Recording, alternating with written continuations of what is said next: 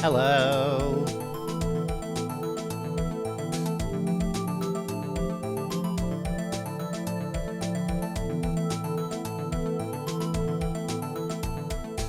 Hi.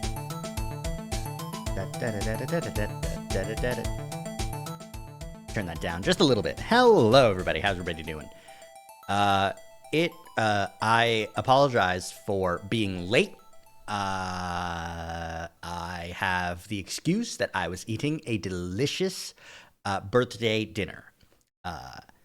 My birthday is any time in around this time in March. It doesn't matter. This is how I avoid getting doxxed, is that my birthday is this entire week. There's nothing you can do. I've legitimately seen people take dates of birth and use them to try and social engineer to fish for like accounts. I've seen that before. So don't give out your birthday, even if you think that it'd be fine. It won't. Okay, so in the last session, we got through a couple of different routes, and we managed to get pretty close to the true end. As far as I know, we've got 4 remaining fragments, and I think that should help. That should just let us win, theoretically.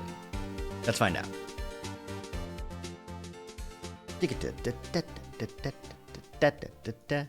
All right, let's cut that. And turn me back on. And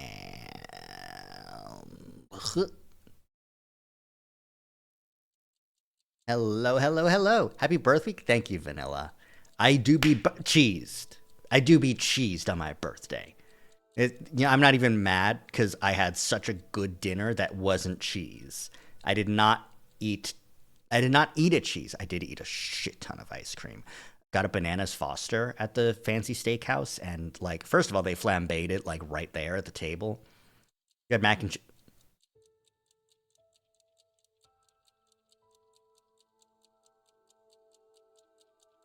Well, it wasn't like mac and a slice of cheese.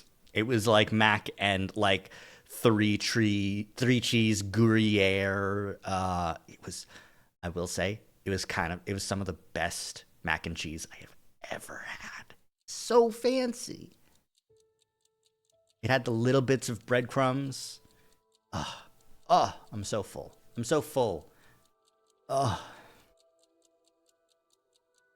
Where's Amber? I need to make a joke about like I eat so much food I get big. Poking fun. It's fun.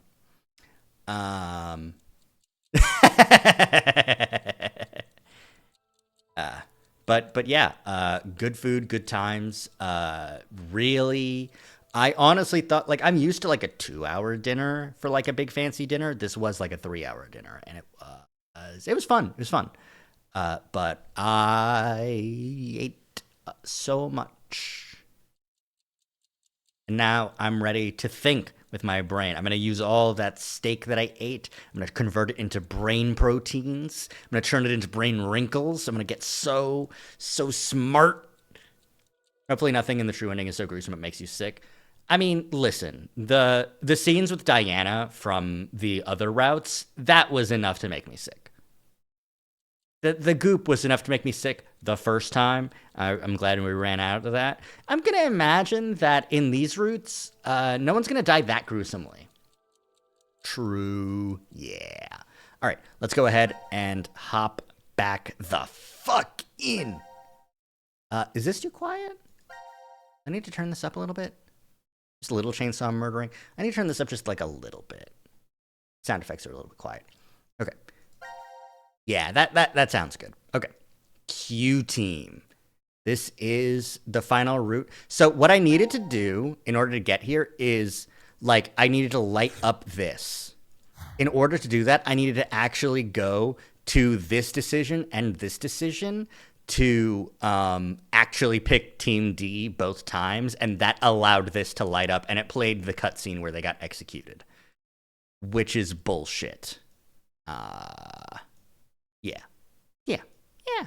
Conversely, maybe you'll be too full to think properly. Well, in that case, my head will be empty, and we can post empty to make fun of me. Like this. Stomach full, head empty. Exactly, now you're getting it. I will never have an empty enough moment, though.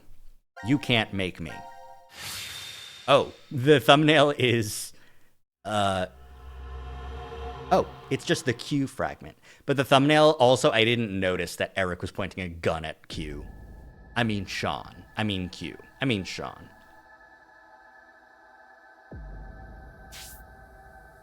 Oh. I thought that this would be a route that was different.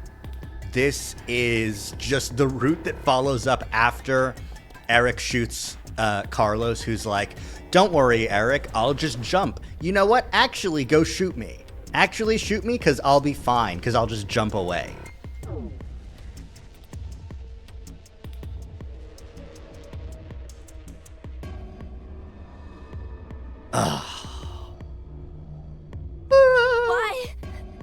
Why? Shut up! He was trying to make me look the fool. Your X-Pass is full. He probably figured I wouldn't shoot. Looks like he figured wrong. No! You did it again? No! What's wrong with you? Cut that out, Eric. Stop shooting the dead body. I won't stop. Not until you're all dead. Why? Didn't I say already? Because one of us is the one who killed Mira. Okay. It's you, isn't it? No. I told you, it's not You're gonna have to prove it. proof. I don't have any. Then I'm killing you. He should have dislocated his shoulder each time he fired that thing. It's a powerful fucking shotgun, it's true. And he's a weak-ass bitch, so... I mean, I imagine he is. He did lift that kid trying to choke him to death. Wait! Please wait! No proof you die is such a bad argument. I Also know. holding it wrong as fuck. Maybe. Maybe? What's maybe, Q? You gotta have something. Maybe what? Maybe if I take this helmet off, I think you'll understand then. So, your face will prove your innocence? Nod? No. Fine. Take it off. You know how?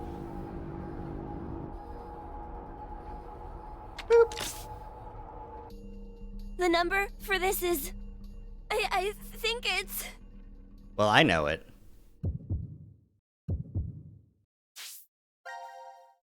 $61, $40, $40, $91. Okie dokie.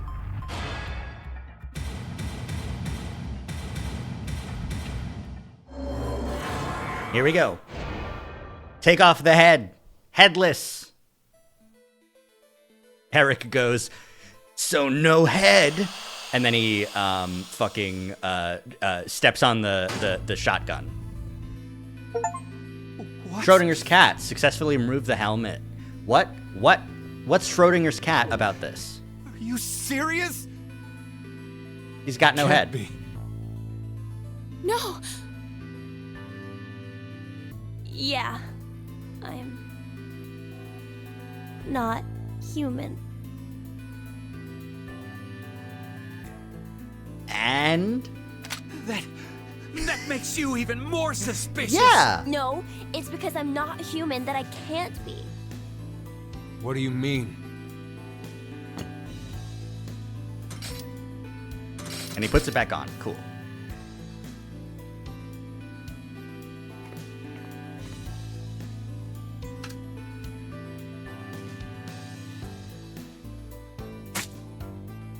Oh, that's right. He must not have blood. My blood... Oh, and Mira scratched the person who killed her, and that's why she has blood under her fingernails. So, and it's not, it was the killer's blood, and it was blood. It's white. Not red. So what? Remember how Mira had some skin and blood under her nails?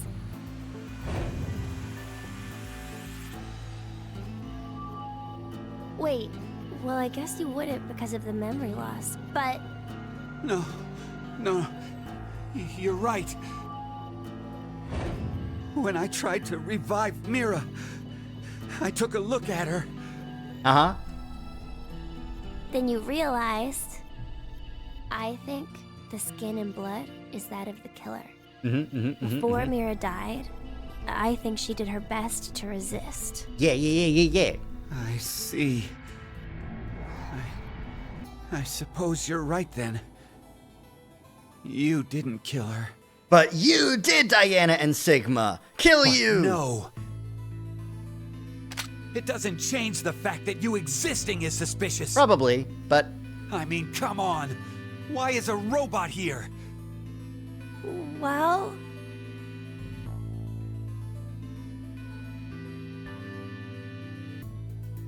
because Zero brought me in. oh no. What the? Zero created me so I could support him in this game. Well, that's not good. Don't say that out loud. I knew it! What the hell, man? Wait, Eric! Out of my way! I'm gonna kill him! Please, just calm down, Eric. Shut up! If what he said is true, then he would be able to tell us who Zero is. And then we kill him. Save your bullets for Zero, man.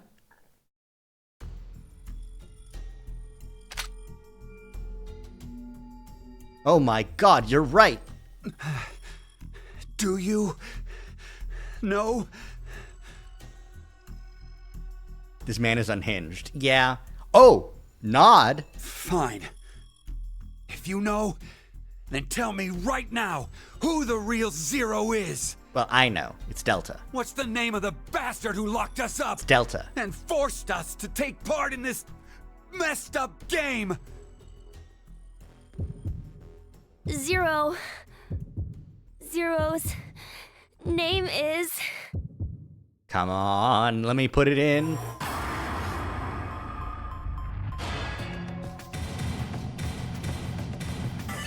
It's Delta.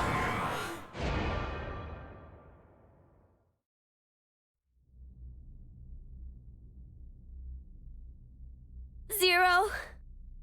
The real Zero is... Dun dun. Dun dun. Sigma and Diana here. You, Delta. Pointing at the camera. Brutal. Delta? I've heard that name before. Yeah, me too. Yeah, it's because you're... Oh, yeah. You guys wouldn't know. Oh. Because you transported into this history. Can only Q see Would me? you stop yapping, Sean? This old man's name is Q. What? That's right. What? That's what he was called at DCOM. Yeah, I called him that. And Mira, she always called this man Q, too. Huh? What? Then...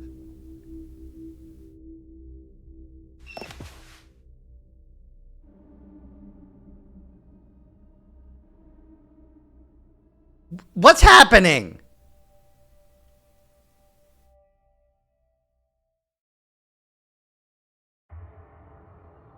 Oh my god, there's just a guy in a wheelchair.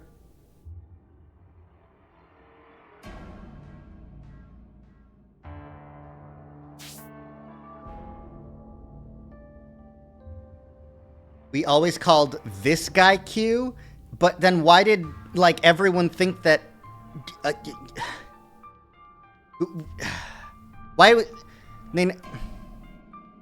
They called the kid Sean.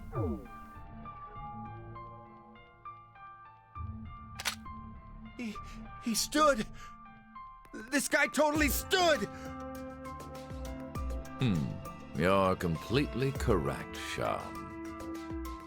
My real name is Delta. He spoke. I thought you were supposed to be deaf. What? What? Okay, and here we are. All of you will be living together here in the DCOM facility. The old man in the wheelchair too? Uh-huh. His name is Q.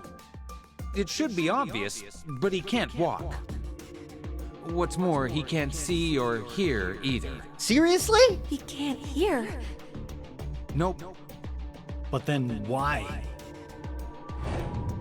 Strangers living together on Mars for an extended period of time? Okay, What they kind need of to explain problems some would that better, bring? something better than what I'm How getting. would the subjects figure out solutions to the resulting troublesome situations? According to the DCOM staff, that's what the experiment was trying to determine. Like the chair-bound old man. They just cut out. Put us in a difficult position on purpose. They just cut out the talk about the observe how we chair-bound get old out. man. No, wait. They did talk about the chair-bound old man. They did actually talk about it. But they said, I thought they meant like some old guy who's bound in a chair.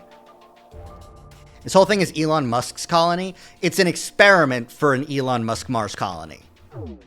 So, you're saying it was all a lie.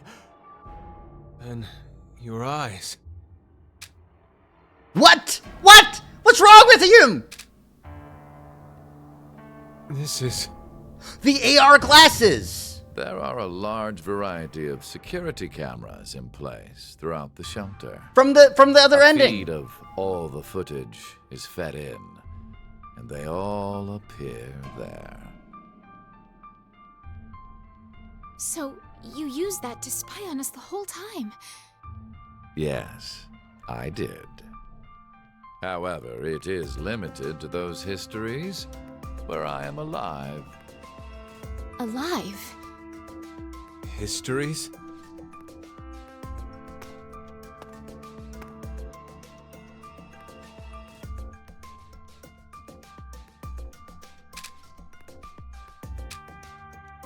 Hey, Sigma, go take off his clothes.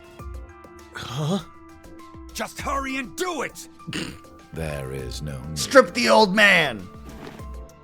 This is what you wanted to see, correct? You bastard! Hold on, don't do it, Eric! If you shoot, we won't be able to ask him anything. I don't care. Fuck this guy. Ask him in another fucking history. So, was it you who killed Junpei too? No. Mira was the one What? who did that. When? Why? What? She was, in a sense, a collaborator. She was a necessary element of my plan. But it wasn't that I gave her a specific set of orders. I simply let her roam free and do That's what why she was able to kill D-Team in that other history. Oh, I did exempt her from the drug injections. She's the one crazy enough to chop Junpei into pieces. She's also the one who killed D-Team in that timeline, which is why... And it's because she was allowed to roam free because Delta, apparently, brother, Zero... Of course it was Q. Of course it was Q. Of course it was Q. Of course it was the letter Q again!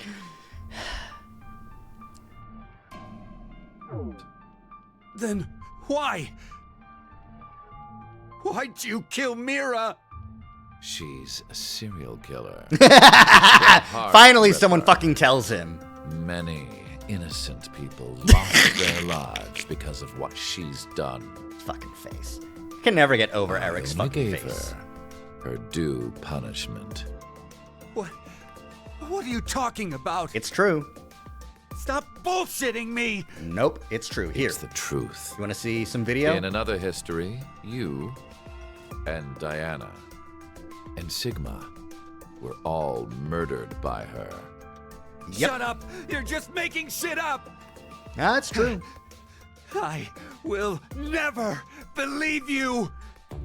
There's no way my angelic Mira... She killed your fucking mom, dude. Ah! No, Eric! Don't shoot!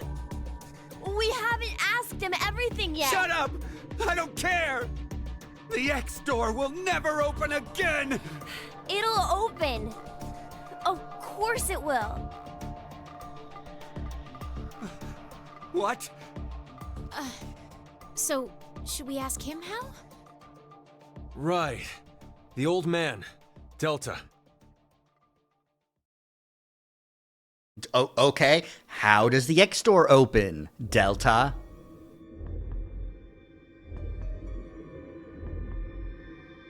I see. I get it now. We need this boy. I mean, Sean. He needs to get direct access to the central control computer. Is that right? But What? to connect to it directly, I need to Okay, extend a all cable right. from my neck and plug it into the console jack that's inside. But, well, First, we need to get the cover off. Looks like the cover is shut. Man's 124 Yeah. years old. It's we true. would need to open this first. What's the code? Plus, he got cryo frozen. Code? Don't play dumb. The code to open the damn cover. It's 3808 308. 0832.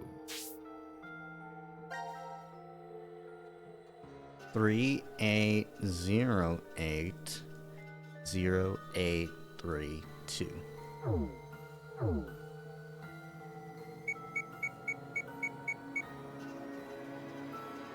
Cool, cover's off. It opened. Now I can put my neck now in the we just thingy. need to extend the cord and connect it.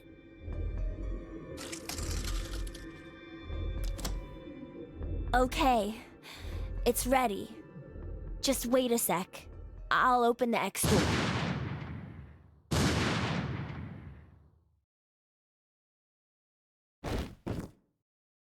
Did Eric just kill Delta after, Why? No! No! I... What? What? Eric! My hand just...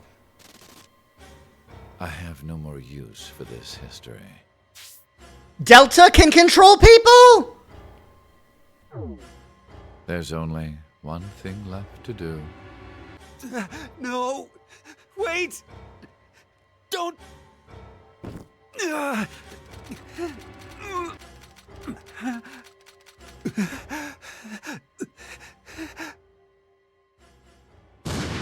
Ooh.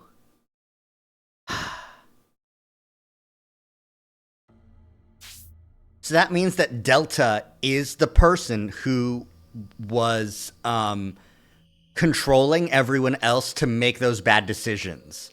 Like, it's not me. It was the, like Diana saying she got controlled. Like, it was all Delta. My question is, was Delta a part of just Q team?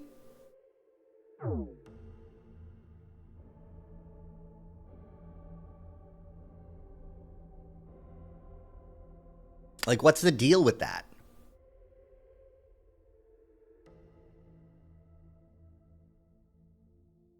Mom. Yeah? What about Mom?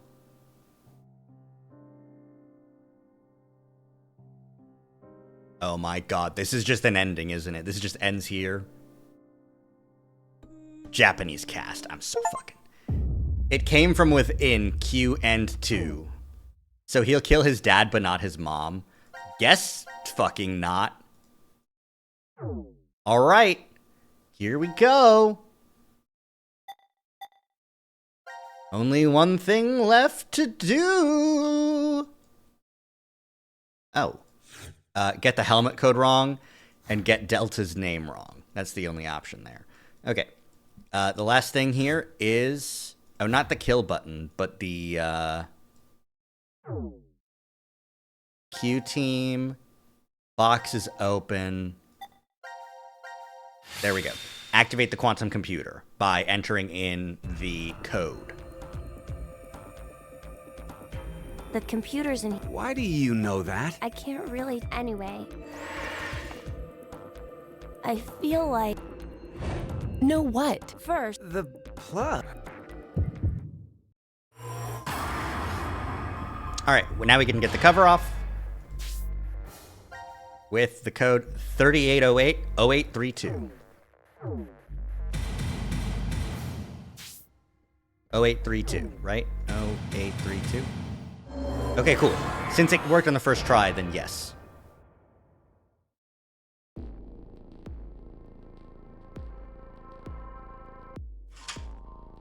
Ah, it opened! Now, all we have to do is insert the plug here. Sane Eric and not So bloodthirsty where is Mira. this plug? Yep. I think... if we input the right numbers here... What? Wait. What do numbers for your head have anything to do with the plug for this? Do they just straight up never call him Q? Oh my god. Are the situations in which, okay, I think the kid being Q, like, I think when they refer to Q, I think, like, the Q team is Old Man, Eric and Mira, and then the robot, which is why they're so fucking suspicious of him. But then no, because they definitely said, like, your leader will be Q on the Q team. And they don't, I mean, they don't show the old man, and the kid makes the vote. Whatever. I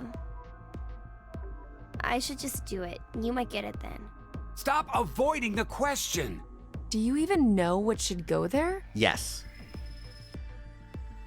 The numbers... The numbers are,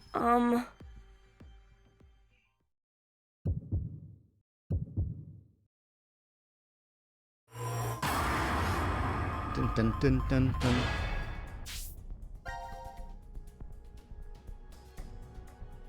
$61.40, $40.91.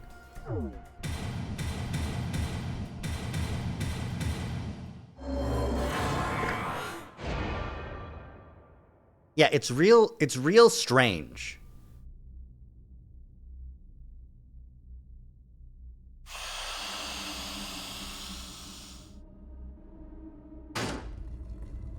You'd think he'd take better care of his head. Are you kidding me? You're...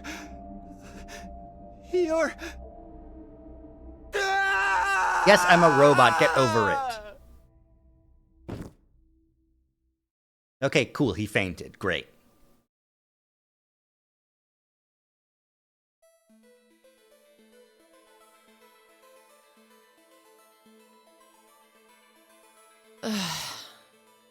It's been an hour. Would you just get used to it already? It's been a fucking hour. I mean, it's a robot. For Yep. real? Could you maybe do something about it? What do you want me to do, man?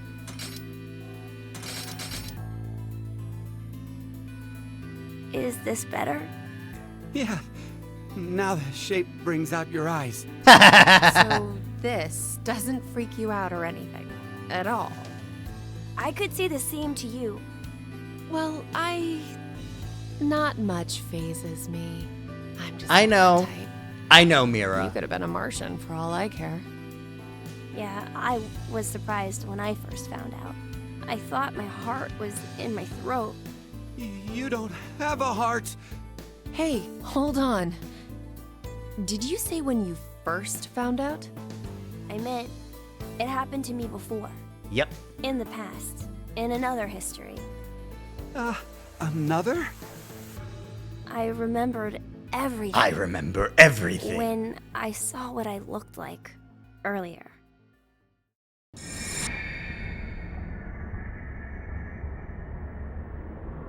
Hey, look, it's Delta. I mean Q. I mean Q. Qlta.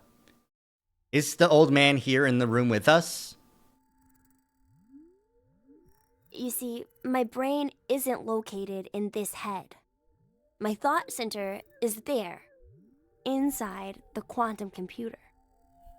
That is where I think, perceive, and send command signals to this body. For example, when I raise my hand like this, it's simply receiving a command. Just like a remote-controlled toy. Did you know? A quantum state is one where all possibilities overlap and coexist. This quantum computer, then, is able to use this state and run, say, simulations A, B, and C simultaneously. Okay. Basically, my brain is an infinite number of worlds and possibilities. So that's how Q can shift. So I can use that framework and, well, jump between other histories. Okay. Oh, there's no way. That I could do that? But it's possible that you two might be undergoing the same thing. No, you're not. These guys don't There's fucking jump. a theory. Human consciousness may be a result of quantum effects in the brain. It's called quantum mind. It's more or less suggesting a human brain is a form of quantum computer. Here we go! Zero escape bullshit! A specific set of conditions are met, then you too can. Jump to other histories? Well, you can't, because you're not fucking shifters. This sounds like crazy talk. You don't believe me? Of course not. Just wait until we see the other guys. I don't blame you. I guess I should explain everything then. Everything? Please?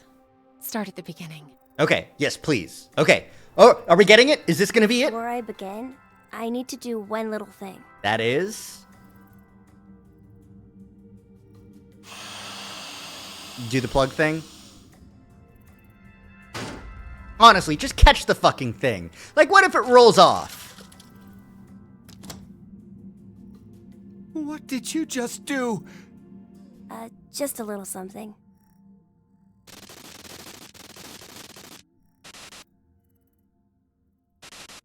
Oh, he's turning off the security cameras. So that Delta can't see what they're talking about. Interesting. Fascinating. But of course, Delta being psychic. Nothing changed. Huh. That we can see. But it looks like the message changed. Yes, I started up the system earlier. It says force quit program on standby. To initiate, 2 key items must be set. What does that even mean? Wait, it seems like there's something else. Mother's The key memento. items are... A mother's mementos? I wonder what those could be. So, this is saying we need to find them? Nope. Does that mean they're hidden around here somewhere? Nope. Even if that's true, I don't think we have the time. Because Eric was spent an Guess our hour time's up. panicking about the robot thing. It's your fucking fault, kid. Now it is time for you to sleep. When next you wake, know you will have no memory of these past 90 minutes. Pleasant dreams. Did Q cancel the memory erasure program? I mean, Sean, did Sean cancel it? Successfully activate the force quit box. Yeah, here we go. Come on. True ending, here we come.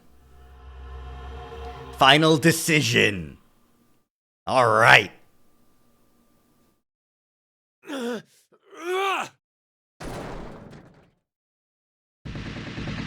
Okay, all right. We're revealing the lobby. Now, who did that? That sounded like Sigma. Okay, it was. I knew it. Looks like the memories we regained are true after all. The 3 wards were all in the same place. Then...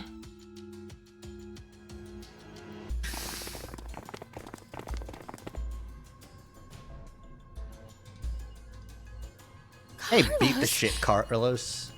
Akane. Junpei. And Mira and Eric. And you're Sean, right? Carlos. What happened? Proof of friendship. Anyway, what are you guys doing here? According to the schedule, C team and Q team should both still be asleep. We took a page out of your book and did what you did. We used the cards to keep the bracelet needle from injecting us. So does that When did mean- you get the cards? Yeah. I remember everything. I do too. Junpei and I as well. Over the past few hours, we got back the memories we forgot. So now you guys Well, remember everything. To be more Okay. accurate, it's more like we accessed the morphogenetic field and downloaded all of them. Okay. Then you have the other history's memories too? Yes. Then you're like us. Yeah. Why? Hold up. Eric and I are different. Yeah. We didn't gain memories from other histories. Then neither of you got injected? We did. No, we're the same as Carlos and the others. I told them. Maybe I'll start from the beginning. Please do. First, so I could run the program in the force quit box, I accessed the central control computer. Yeah. Then, I briefly turned off the communication network. That way, I stopped the surveillance cameras from sending any data to Zero. I didn't want Zero to catch on to what we were doing. Okay, cool. And that's when Sean let us in on the truth of what's going on here. We went over to the transporter room and picked up 2 cards. Before the injection, we Okay. each slipped one between our wrist and bracelet. Okay. Now you two make sense. But what about you, Sean? Well, you probably already know, but I'm a robot. Mhm, Being mhm. injected does nothing to me. Then Every time the time limit approached, I was forced to go into sleep mode. Then my memories from the previous 90 minutes were deleted. I didn't want that to happen, so... You just rewrote the program.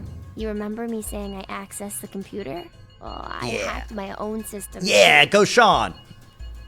He said he managed to cancel the force sleep and delete functions. Sweet. What about C-Team then? We couldn't interrupt the surveillance cameras, so we had to be sneaky instead. First, Carlos pushed me down and climbed on top of me. He what? It was just an act. I was only pretending to do it. Carlos used that moment to whisper in my ear. God. He said to go to the transporter room He what? and grab the cards in there. But if I just let her go like that, it looks suspicious. So Junpei and I stayed behind to get Zero's undivided attention. I casually invited Junpei to the power room. Where he beat the shit out of me. You can see the result of our conversation. You should have told me what was up. If I had, then Zero would have figured it out. Correct. You look like you'd be a crap actor. And after that? We met Tenmyoji was a Akane pretty good in the actor. lounge. We hid from the cameras and each got a card from her.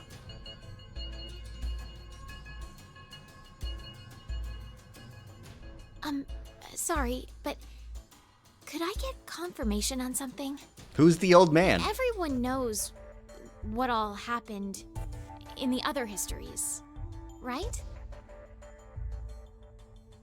Even you, Mira and Eric? Didn't Eric say so earlier? Sean told us everything. Mm-hmm. But wait. Why? Why what? Why do we know about the other histories? Well, that's probably... You want to know? Hi, Q. Hi, Delta. Hi, Zero. Q? Or maybe it's actually Zero. You are free to call me by my given name, which is Delta. There's no need to look so threatening. Mom. You were the one who named me, Diana. She's like, yeah, I It did. doesn't matter. I shall answer your question. Carlos, Akane, Junpei, Yeah? Diana, Phi, and Sigma. All 6 of you know that you are shifters, correct? Yeah? What about it? Think back on your path to this very moment. Did you arrive in this history by following a normal flow of time? Junpei. No. Even through the histories, Junpei did time travel by going back to histories that were previous, going back to different histories. So, no, they... No, of course you didn't. You jumped in from another history using your shift abilities. Yep. And it wasn't just this once. Well, yeah. You have been shifting back and forth many, many times. From one point in space-time to another. What are you getting at, dude? You boldly took chances. Much like jumping from one tree branch to another. You have forgotten that fact, perhaps as a result of the medicine, or as one of the side effects of shifting. Regardless, your memories have been kept firmly intact within the morphogenetic field. Yep. It is simply that the 6 of you regained the memories of those times. One small trigger, and the levee preventing you from remembering collapsed. Sean is a similar case. However, his thought center is located... I get it. He's like a robot shifter, so okay? I suppose it's I get it. different from you. What about me and Mira? Fuck you and Mira. You are both like me. You can't shift what you fucking mean! Yes, you can! How else do you know everything? That we do not have the ability to shift. You don't? I have another power instead. The power to mind hack. Fuck!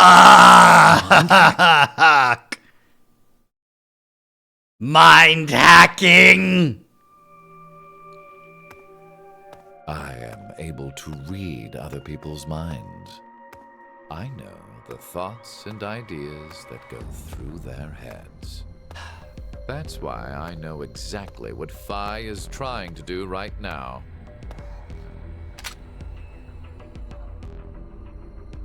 Step away from that device, Phi. Then, when we blocked the injection... Yeah, we fucking I knew. saw through your ruse. Then why did you... I wanted all of you to play the final decision game. The final decision game? I find human decisions fascinating. More specifically, the world branching that occurs as a result.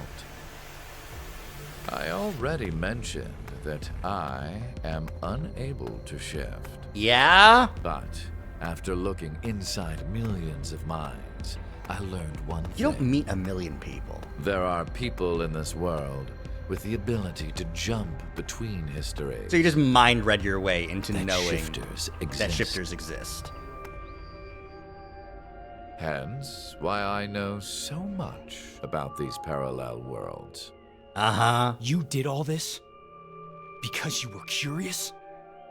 When a person does something significant, it's difficult to boil the reason down to one word. Their motives are often very complex. Are you going to deny it? It is the same now. To fulfill several objectives, it was necessary to trap all of you in here. So why did you do it? You want to know? Yes! It is so you give birth to Phi and myself, Diana. Oh, that's one reason. What do you mean? I'm fucking time travel, baby. Phi and I are the children of Diana and Sigma. Phi is... Wait. They're children? When did they get busy? November 16th, 2029. Phi and I were born in this shelter. This was another history, of course. Of course. Mm-hmm. However, the transporter still works. Shortly after, the atomic data that makes up our bodies was Wait, what did I miss? I heard yelling through my headphones when I walked past my computer. You...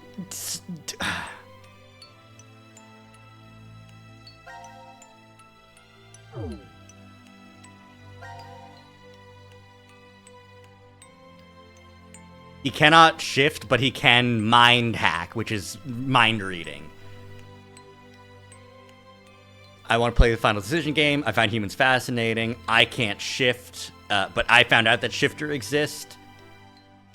Why did you trap us in this bunker? So that Diana and Sigma get busy in another history, so that Phi and I get born.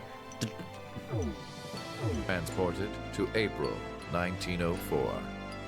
The transporter was located in a German research facility at that time. Uh-huh. Our bodies reconstructed and regenerated Okay. in the export pods at that facility. But that would mean you're actually... I'm 124.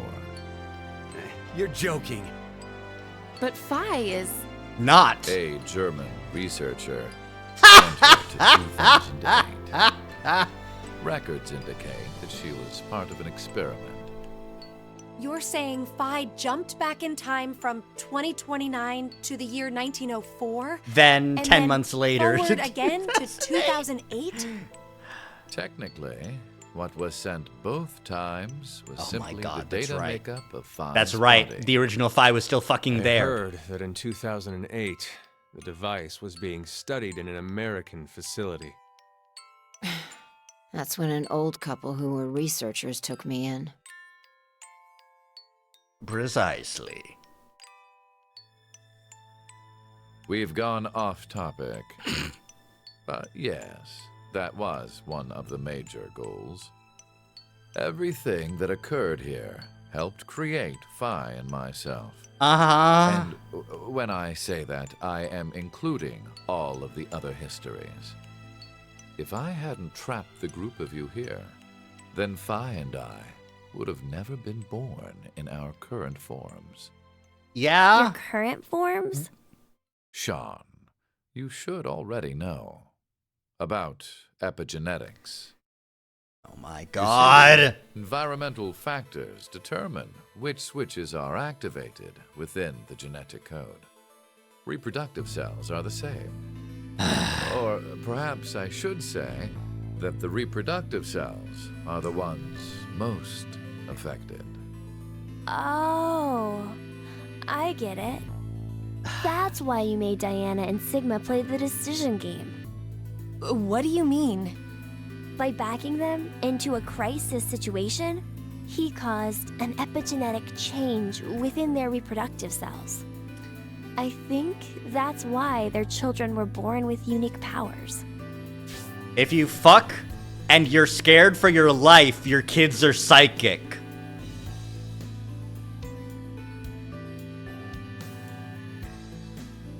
I don't think that's the message you want to send people. Gold star. Plus, they did it inside an alien pod. It's true, they did. This is the reason I have my mind-hacking abilities. Phi was affected as well. You were born a shifter. I'm gonna dunk this fucking hoop so hard! Do you recall what was written on your wall? When a curious hate oozes calamity. And rearranging the letters gives you... No way. What you choose can materialize us. Oh, our decisions will bring you to life. That is why the decision games were held. Seriously? So that the Phi and me, here now, would materialize. She's so fucking mad about this. No, but... Okay, so I get why you had to have Diana and Sigma go through life or death decisions. But the rest of us had nothing to do with... I already told you. My motive... If I tell everything has been shit, it's true. What? Wait, there's more? But wait, there's more! Fuck you, you goddamn old man! Fine, no!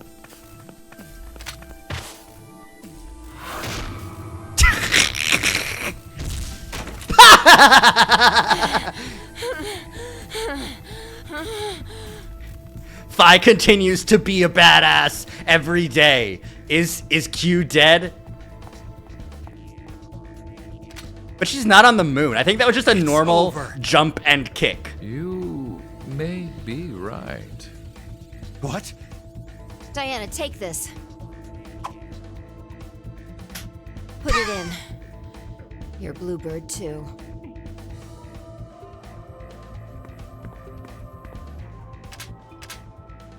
It's ready. Verified. Key items were set. Executing force quit. Oh no, it was a bad thing. Oh no, it was a bad thing! What? Oh no! The hell? What is this?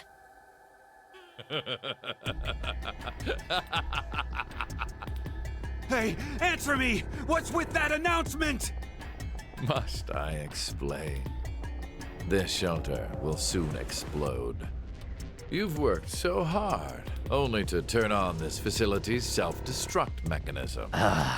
Sean, access the central control computer. It's no use. It's no use. Once the force quit program has been activated, there is no possible way for you to reverse it. Well, then let's get out of here. Then what can we do? I will tell you two Good thing. Thank you. First, I suggest checking behind the bar counter. Oh. No! Why would you? Gab. You killed Gab! I'll kill you! Did you kill Gab? I'll fuck you up, you old man! Gun you're holding. Kill him! Kill him now! Kill him now!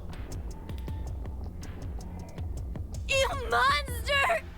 I never expected to hear that coming from you. You killed a dog! So what's the other thing? You had 2 things to tell us. I have the ability to mind hack. We already know that. But I've not told you everything about it. Reading other people's thoughts isn't the only thing. Right, he can I control do people with too. mind Right. hacking. It only lasts a moment. But I am able to control someone's body as I wish. Uh-oh. Like this.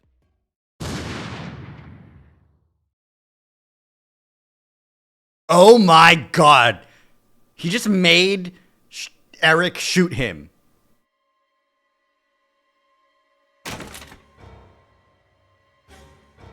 And then he goes, that wasn't me. I didn't mean to do it. Eric, why? No, for real, my finger just... Mind hacking. Understand now. This is my power. So, let's begin. Your final decision game. You have 2 choices. Explode. 1, to stay here and wait to die. The other is... Kill everyone to get the X passes, right?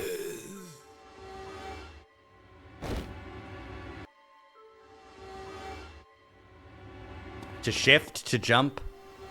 Hey, what's the other option? What's the other option? He is clearly dead, Junpei. Sorry your son died and my son died. Sorry he's dead. Well, 5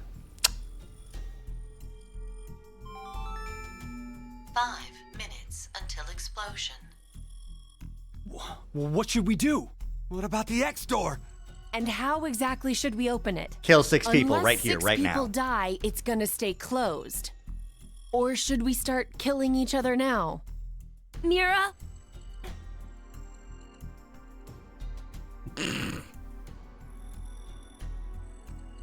I have an idea. Shift. Which is? We're going to shift, all of us, together.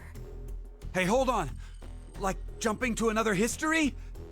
But Eric and I'm sure it will be fine. Remember what I said? Human consciousness may be a result of quantum effects. So in the everyone brain. can shift? Oh, yeah. You said if certain conditions are met, we can also...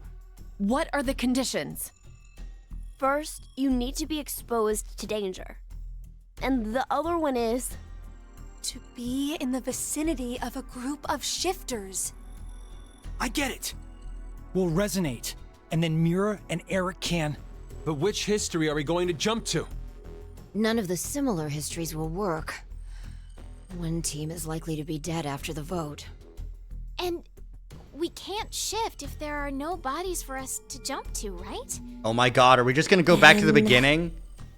We need to jump to where all of us are alive. When we're all alive. Do you mean...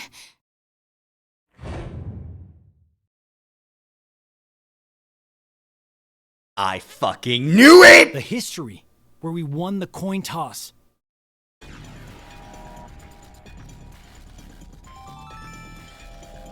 minutes until explosion. This is shifter contagion thing, and this whole thing has to I'm give not the sure I murderer get the it all, ability. but it's a good idea.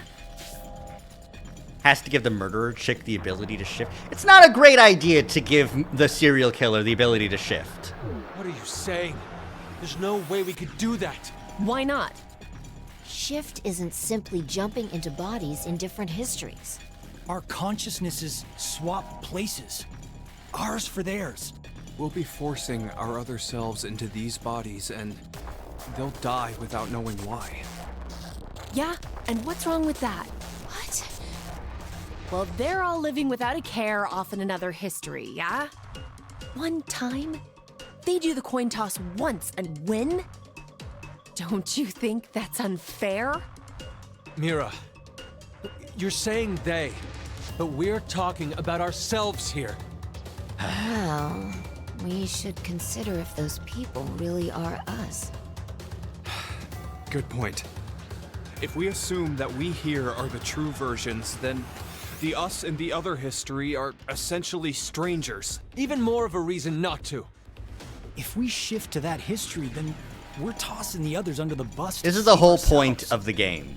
The us in that history have done nothing wrong.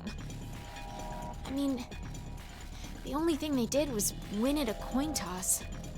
You could say the same for us. The only thing we did was lose a coin toss. Even so, we've had to go through so much shit. We've been forced to put our lives on the line. Besides, aren't the bodies in the other histories ours anyway? Then why should we second guess ourselves? Huh.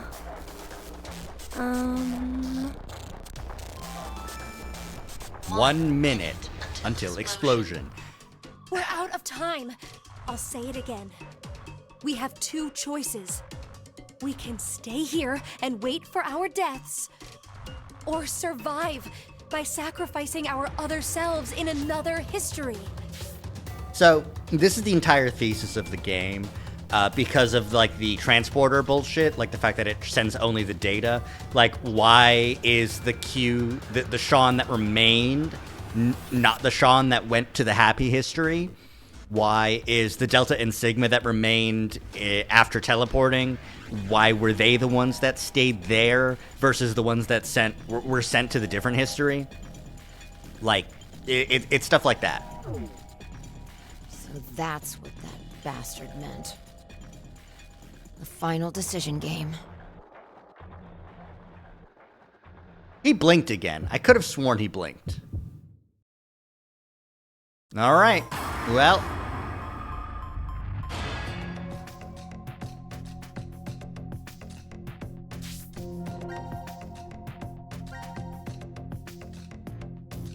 Oh, there's just one option? Interesting. I will shift. Fuck them. Fuck them. Fuck those guys. I saw their timeline and they didn't know anything. They were like, who's this kid?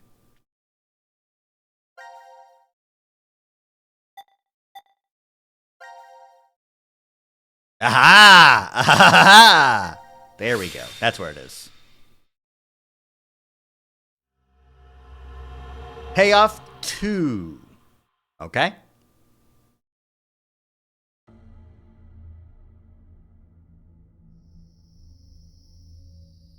Back at DCOM. And we're like, damn, I can't remember anything. Me neither. Neither can I. It somehow feels like I made a bet with someone, but... Someone? What kind of bet? The old man. Did we all forget what happened? Hey, could I ask all of you something? Who is this kid? And this is where this ending stopped after winning the coin flip. And we're all fucking here. Hello. Sorry, everybody else. It was such a big shift, they all got knocked out. Wakey, wakey, eggs and unconscious people.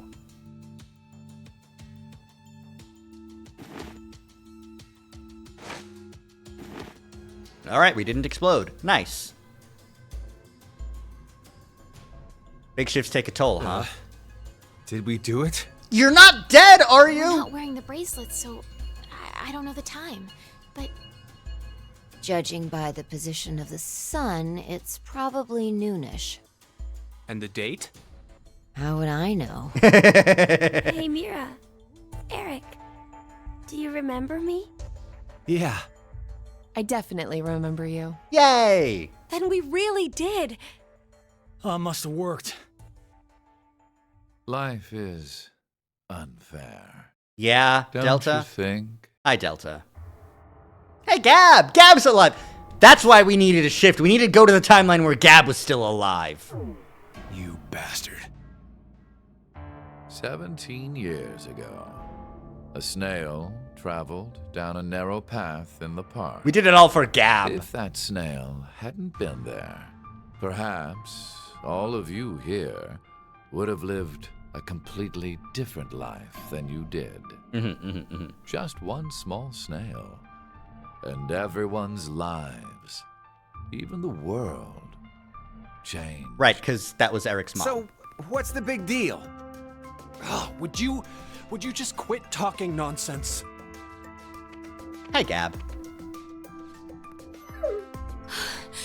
I'm so glad you were safe. Of course we were. You all have shifted in from another history. Whatever. We gotta call the cops. For what? And what exactly will that accomplish? Isn't it obvious? We're throwing you in the slammer. And my crime? Murder. Murder? Who did I kill? See. But I haven't killed anyone. Specifically, in this history, not a single person has died. I strongly doubt the police would listen. But in the other histories, Yeah, other histories. Did you not pay attention? I don't have the ability to shift. The only reason I know anything of those histories is because I mind-hacked you. In effect, the me you know is a different person than the one before you. Can I be charged for killing someone in another history? You can be charged for kidnapping, intimidation, unlawful imprisonment, attempted murder through the decision game, because you did still set up the bomb shelter. There are a lot of crimes you can be charged for, even in this timeline where all you did was lock them up and inject them with memory loss drugs and flip a coin. That's still prisonable offenses. If so, then I'd say this world would be full of criminals of all kinds. What about conspiracy to commit? Yeah, there you go. I'm betting this history's got a bunch of dangerous machines and gimmicks all over the shelter. Unfortunately, I have removed them all. You've slept for quite a while. Nothing is left in the shelter. God damn it. No transporter, no quantum computer. You're fucking lying! This is just a lie! Of course there's still a quantum computer! Sean's fucking here! Of course there's a quantum computer! Exactly! Vanilla, same wavelength, same brain. Good minds think alike. Loaded into a truck and taken away. Okay, well, if they're just away. Sean is able to move right now due to radio signals received from a satellite. What? Aren't you happy? I say again, in this history, not a single person has died. Phi and I exist, and there will never be an outbreak of Radical 6. There is only a bright future ahead. Didn't you say that some guy was gonna blow up the planet? Is this not what you'd call a happy end? Can we beat the shit out of you now?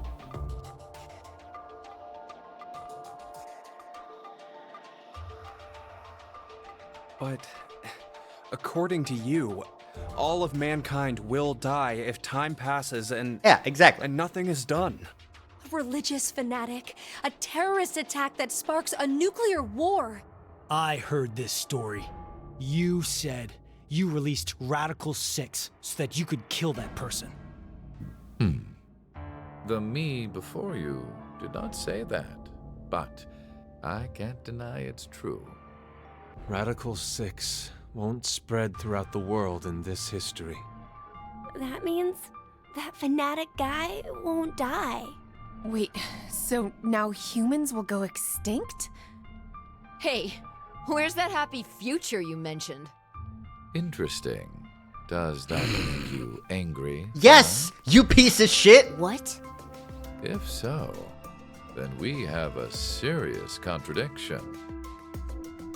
I had prepared a future in another history where 2 billion would survive. But yet, you decided to jump to this history.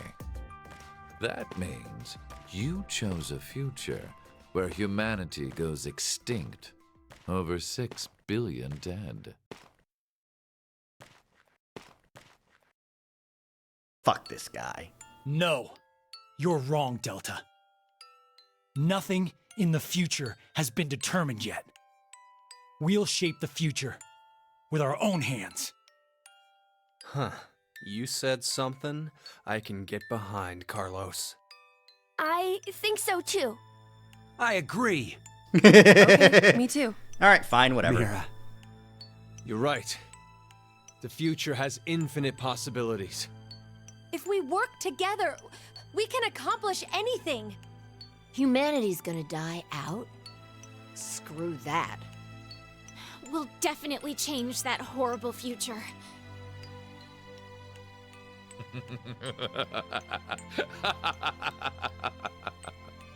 What's so funny? Just that. What the hell do you mean? I'm sure I told you in another history that my motives are complex. Imagine, what if none of you had experienced the events that occurred in the shelter? You're so determined now to change the future. Fuck this guy! God damn it! By making you kill yourselves and each other over and over again, I have granted you the resolve needed to go kill that one guy. And I tried to do it, but I couldn't. But also, I'm not a shifter, so I have no idea about the future that took place where that happened. How do you know? How does he know? How does he know that a religious fanatic is going to start a nuclear war that is going to exterminate all of humanity? He can't shift! One of the goals of all of this was to get you into that frame of mind. It's all going according to plan, without a single casualty. I created a future where mankind will be saved. There's going to be one Does that casualty, upset you? and it's going to be you. Are you angry that your life was played with? Yes. Very well. I will give all of you one last choice.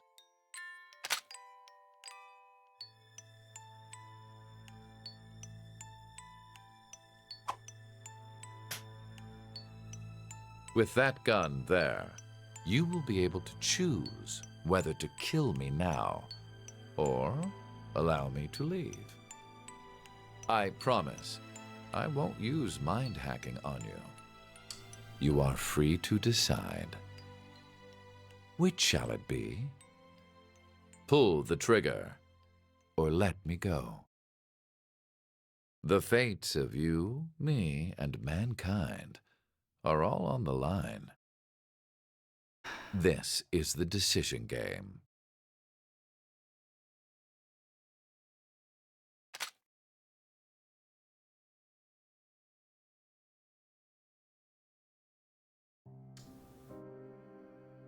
Oh my God!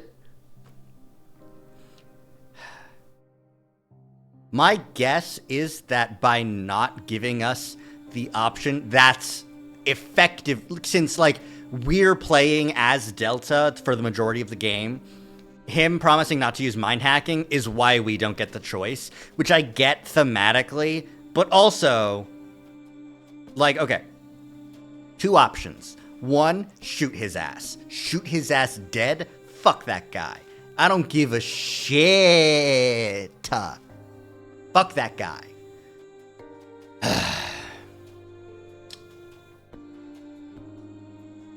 Secondly, like, I just fucking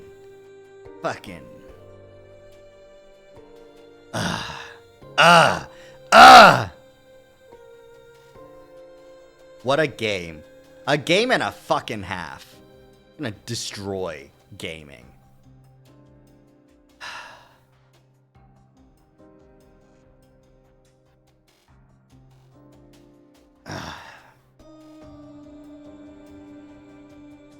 Okay. So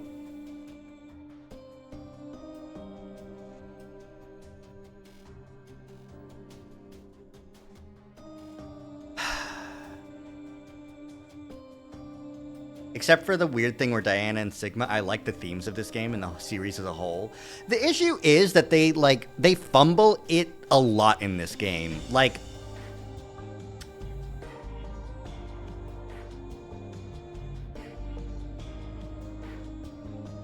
so many of the themes of this game specifically, like,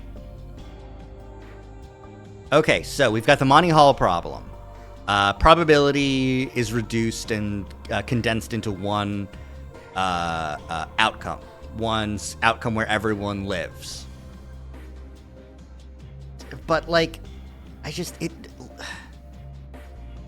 unlike most of the other situations, I feel like a lot of the dumb philosophy bullshit that they bring up doesn't really affect the themes of the game. The theme of the game is this old man. Like, okay, first of all, the old man is brother, right? Like, he's also brother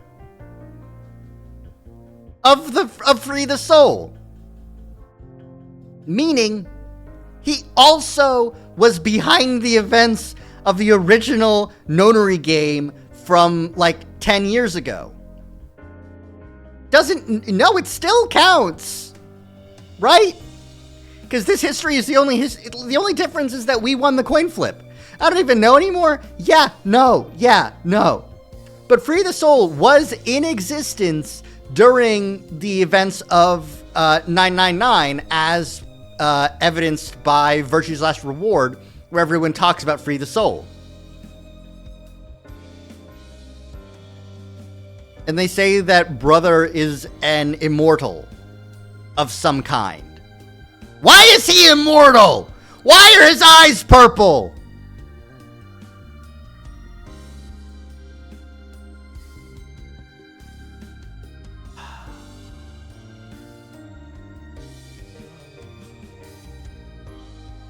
Fuck that guy. Wasn't it Creative Pharmaceuticals in 99? Was Brother was pulling the strings there. It was Free the Soul was funding and backing and behind Cradle Pharmaceuticals, which we learned in Virtue's Last Reward by Alice. Alice tells us that in VLR. However, Alice's investigation happened like before December 25th. Because she got grabbed on December 24th, Christmas Eve.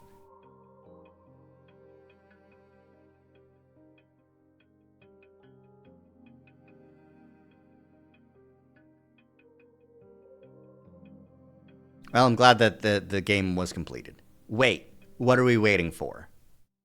Are we waiting for Alice and Clover to show up in the time pods? Keys CQD End 2. Is there going to be an epilogue?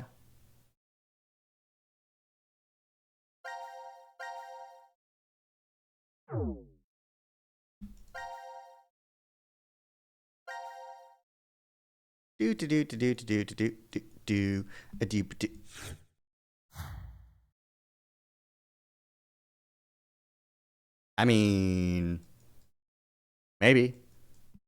Let's choose to stay here. Because theoretically, fucking yes. Also, what was up with Kyle in the future? And how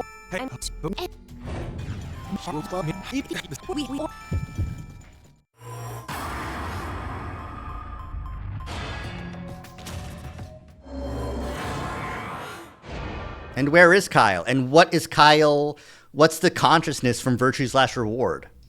Was that supposed to be Delta? Brother? Inhabiting his mind hacking him?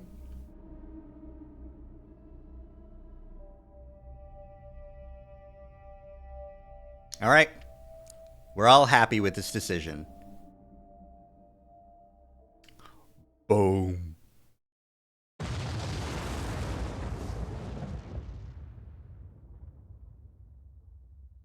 Cool.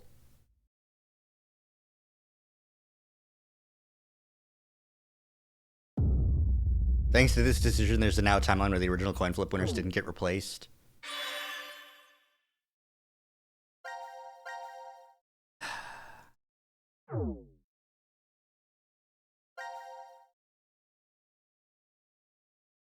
Nothing new at the end there. Nothing new at the end there. I genuinely think that this is it. Let's just decide not to drink here to get this game over. So ultimately, it doesn't matter. Correct. It doesn't fucking matter. Wait, the car there. You. Don't drink the antidote and just die. We're just going to complete all of these, get all the bad ends, and then check to see if anything just happens. Diana! She trashed them?! I think Fi was right about them. What a bad decision. There's poison in the vials. Then what the hell would you call the reason we're writhing and groaning? Maybe it's some kind of pain drug. It shouldn't kill us if we just... Sorry. And you're dead. Diana, you stupid. Yeah. This is the timeline where she didn't think.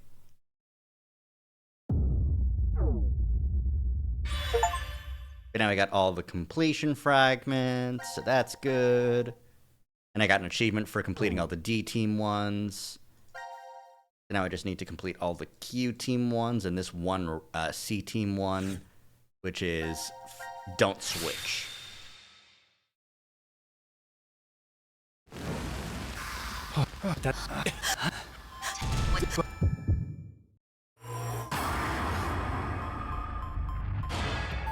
Ten. And then, are you sure?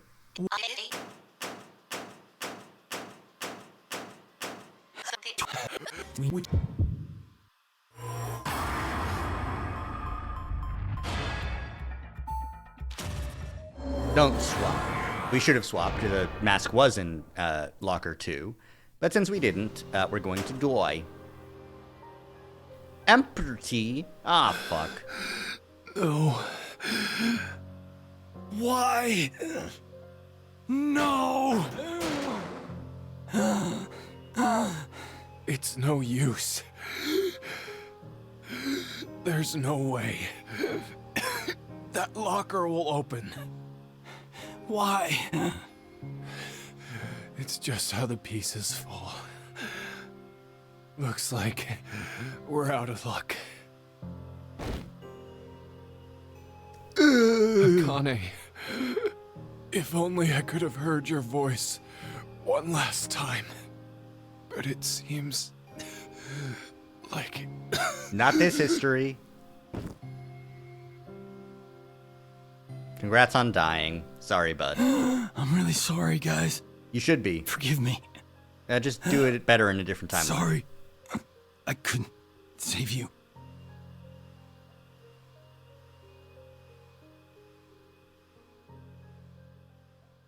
Also, one of the issues with them, like, calling the cops is that, like, in none of the timelines do we know 100% where the bunker is. Oh, but Diana and Sigma get out? Are you sure? You're taking the word of that announcer earlier? It's completely rubbish. All of it. Then everyone's alive? Only Carlos knew where it was. It's true. We need to go get help. All right. Let's go. Okay. Interesting. No Gab, though. Interesting. I could have sworn Gab would have had something more to do with this. Like a Gab ending, you know? Like for Gab. Mountain of Knowledge. Gain all cinema files. Okay. C-Team subject report. Clear all C-Team fragments. Oh, the files! Maybe there's something in the files once I complete everything. What if there is a secret Gab ending? Well, that would be too secret for me. I wouldn't know anything yet. But let's find out. Okie dokie. Got a couple more killings to do.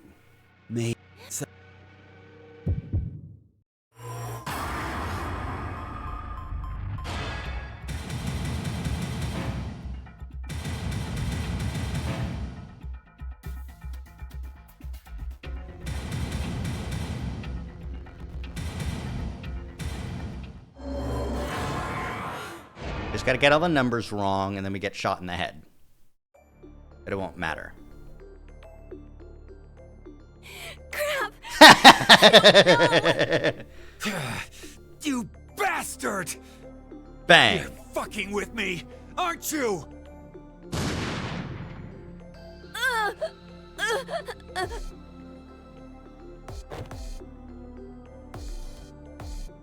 No blood.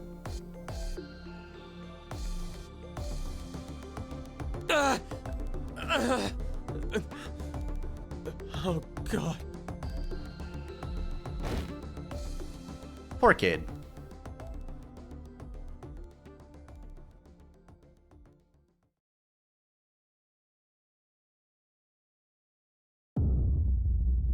All right, one more bad ending to get, and then we'll have all of them.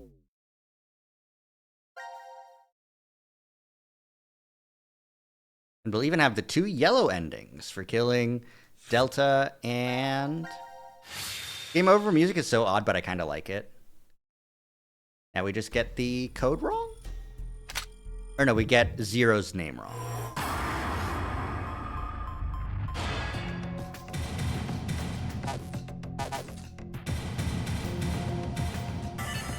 Chris. It's your dead brother. He's back, actually. Go crazy. Go out your mind. Running your goddamn mouth! Okay. Damn it. I was hoping that would be a funnier one. A funnier scene.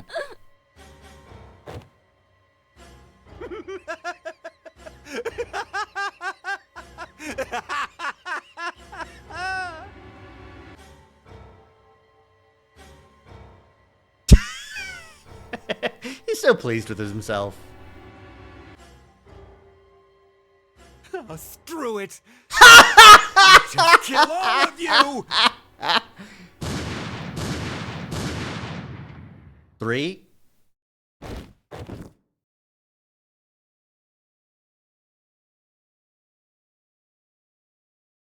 Oh, he killed Delta. No, Gab's still alive. There's a 3rd blood pool with no body. He kills Delta in this timeline. I'm coming to you, Mira.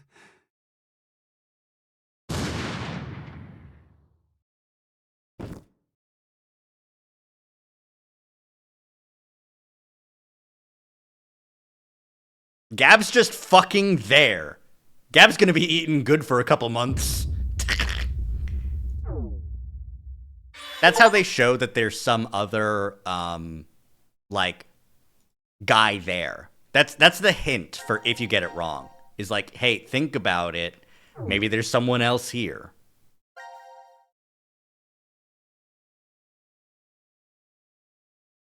Nope.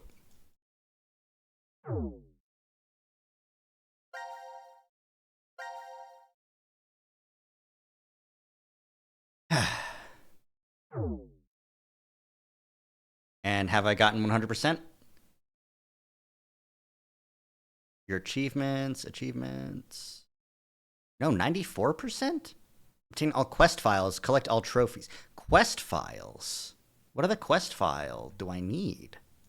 I've gotten everything, haven't I?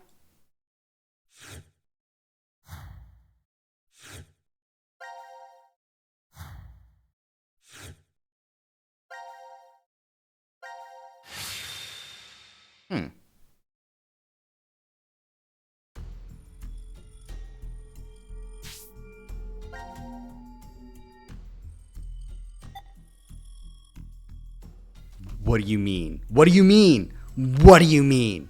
God damn it. There's must be one thing somewhere that I didn't fucking read or didn't get to. Well, I'm gonna find it. 0 time dilemma, all quest files.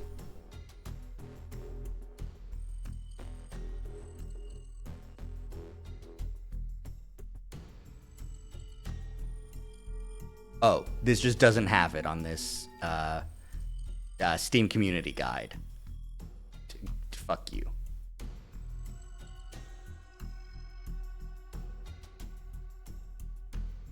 Okay.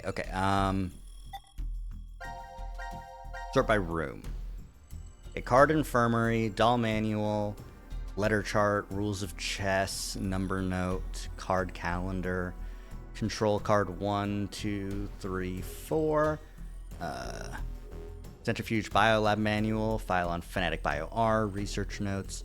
Note pod room. 0 doll. Picture.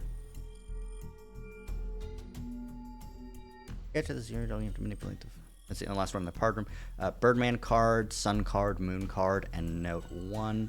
Note 2 in the study. Note 3 in the study. Volstovian Secrets 1 and 2, Blueprint in the study, Healing Room note, Trash Disposal Room note.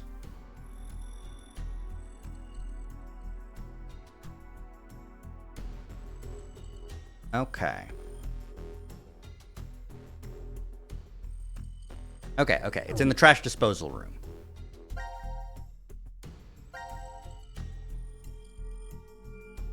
Which would be the timeline where Phi gets incinerated, which would be here. Gun versus incinerator. Trash disposal room. Okay. This will be the last quest file, and then we'll go through and we'll read all the cinematic files.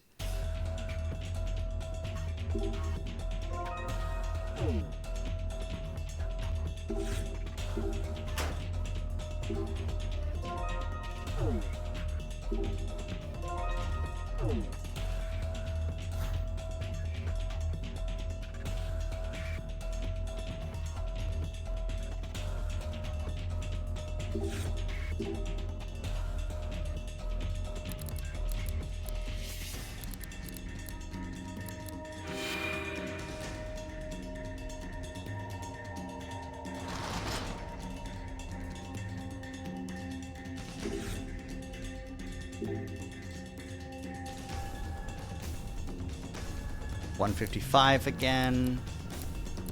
I'm just pulling it up from the guide.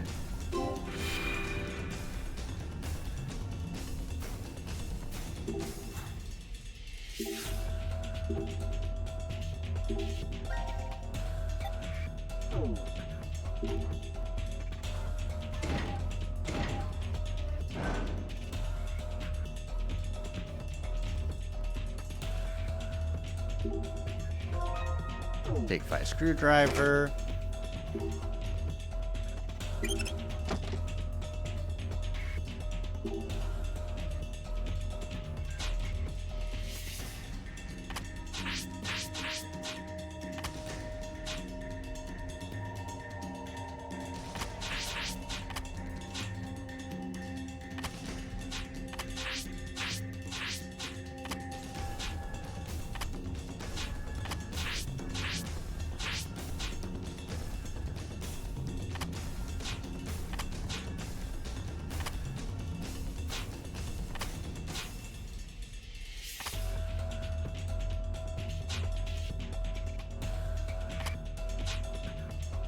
Where does this hacksaw go? Here? Feels like it'd be... No, it can't go there. Can't go here, can't go here, can't go here.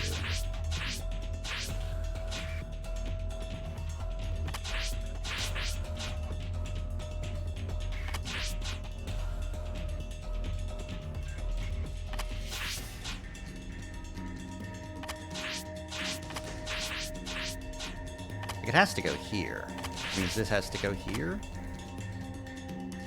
Right, there we go, okay.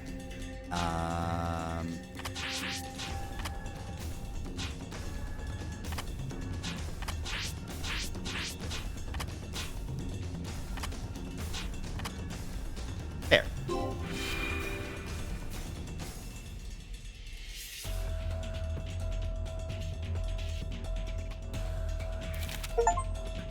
Oh, the bottom compartment open.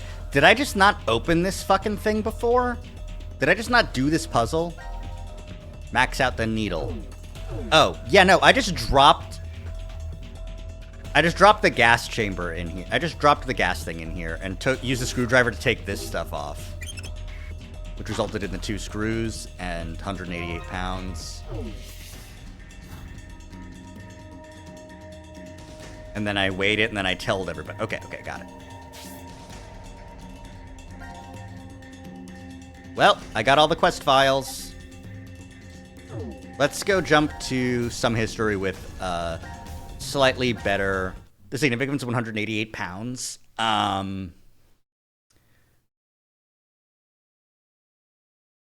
Me either.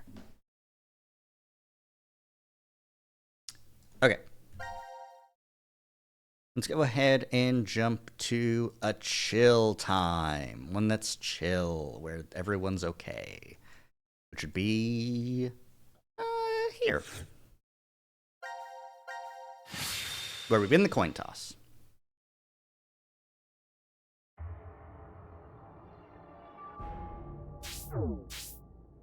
Firstly, I'm checking my achievements. And I have 100% of this fucking game. Now let's read some fucking files. Okay. We got the decision game rules. 6 people must die for the exit door to open. You get 90 minutes. Words C, Q, and D maps. The gab letter 1. Then they wrote the Q team got it on it. Gab letter 3. These are an antidote. Please drink them. Gab letter 4. Search the family portrait from Carlos. Gab letter 5, anagram, which is... Who wrote that? I don't remember who wrote that. Decine fata deum flectis separare precano. From the Aeneid, it roughly translates to fate and the dooming gods are deaf to tears. Okay. Mor certa, ora incerta. Death is certain, its hour is uncertain. What did Junpei learn in the Outbreak timeline? In the Outbreak timeline, Junpei learned nothing because he got his memory erased. Which doesn't make any fucking sense because that's not how the memory loss drugs work, right? Like, you get injected and you lose your memory of the past 90 minutes only. Junpei still had his memory from like meeting Akane in DCOM, doing the vote with Akane, and that actually should be it. But, you know, that's still timelines. That's still I was with Akane. Plaudite acta est fabula. Applaud, the play is over. A familiar line from Virtue's Last Reward. The anagram was significant somehow. The anagrams that we got, I think we might see them. Stabat mater dolorosa. The sorrowful mother stood. We know about the thing with Delta, but Junpei said something about 10. Well, I think at that point, too, it was like that there was a 10th player, and the 10th player was Delta. Like, because there were 10 people in the vault. One of them was just a blind, deaf old man, and they just discounted him because he was blind and deaf and in a wheelchair.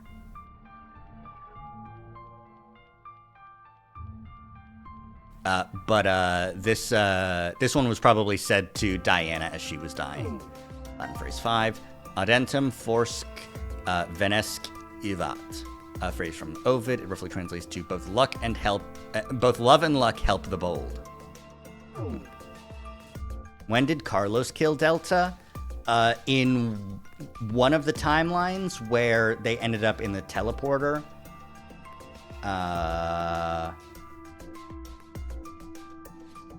And that was a timeline where that wasn't Carlos cutting off his own arm.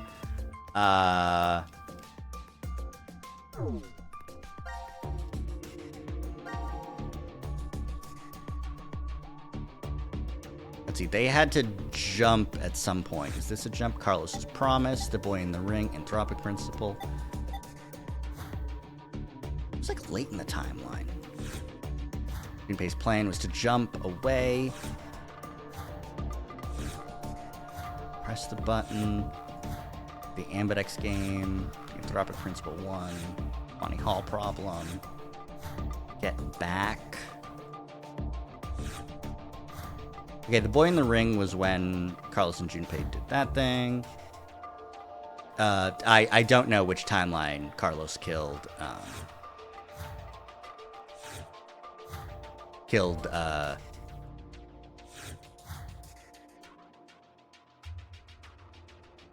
it would have had to been a timeline where Junpei and Akane jumped with the teleporter.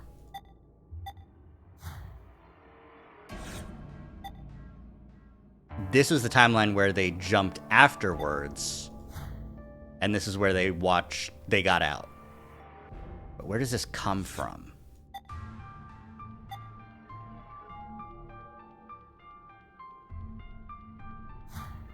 I don't know.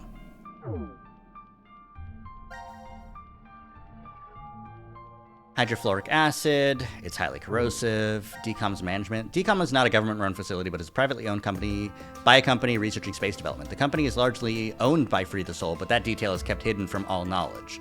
Elon Musk is controlled by Brother because he's being mind-hacked? That's crazy. Crash Keys. A secret organization created by Akane Kurashiki. Their ultimate goal is to create a better future. Akane's brother, Aoi, is second in command and is assisting her from outside. Cool. 6 billion Radical 6 deaths. It did not kill 6 billion people. The spreading of the virus caused chaos and panic around the world, prompting the explosion of several nuclear reactors. Incorrect. They were antimatter reactors. Get your fucking lore right. Zero-time dilemma. It is those explosions which led to the death of 6 billion deaths. Shift. The phenomenon which allows a person to send their consciousness to other universes and histories. It's an acronym for space-time human internal fluctuating transfer. The antidote hint. Right. The incinerator. Incinerators are required to reach temperatures of at least 1560 degrees Fahrenheit, 8500 C, for 2 seconds to ensure proper material breakdown. Human cremation occurs at 1400 to 2100 Fahrenheit, which means that since it's on the low end and it was only for 2 seconds, Phi should still have had some bones, probably. Also known as daydream syndrome, the reverie syndrome is when the brain cannot handle the amount of information entering the brain and in effect shuts down. The cause of the syndrome is currently unknown, but we do know that 2 seconds is the minimum requirement. Yeah, okay, and that incinerator was on for a while, it's true. The cause of the syndrome is currently unknown, but it's because of the morphogenetic fields, and we actually know that Maria can access those fields. She talked to Carlos in one of the histories. Active time. This is the schedule for everybody. Active, asleep, active, asleep. Everyone slept for about 1, 2, 3, 4.5 hours. The quantum computer. Computers function by storing data as ones and zeros in a binary format. Quantum computers store data as ones, zeros, and a superposition of both. This allows them to run multiple computations simultaneously by performing them not only in our universe but in other universes as well. Multiverse in the single path 1. Video game structure can help explain. Protagonist P travels down a road until he reaches a three-way fork. You, the player, choose the left path, and P ends up abducted by terrorists and holed up in an underground cell forever. Try a second time selecting the right path. You avoid the terrorists, but P is hit by a truck and permanently handicapped. Getting annoyed, you sigh and go back down to choose the last route straight down the middle. P comes across a man attacking a girl from an Akun family and fights him off. The girl and P fall in love, get married, and live happily together happily. By this point, the game is mostly over. It is this ending that is considered the best end. But is it really? Taking the multiverse theory into consideration, the P who chose the left path, LP, must think, why am I not the P who chose the center path, CP, and instead stuck in this cell? But if there's only one world, then LP's history disappears once P chooses the center path. Some of you may be thinking, then why isn't it just a straight road? But it's not that simple. What about what happens with the P who picked the right path? He gets into an accident, but after extensive rehab wins a gold medal at the Paralympics. He marries a beautiful wife, has several children, and by the time he's old, they are many grandchildren too. So consider again, if the world is one single path, what about RP's life? Where did his glory go? What about his happiness with his family? Is the only one who remains his center P with his rich wife? Is that a true happy end?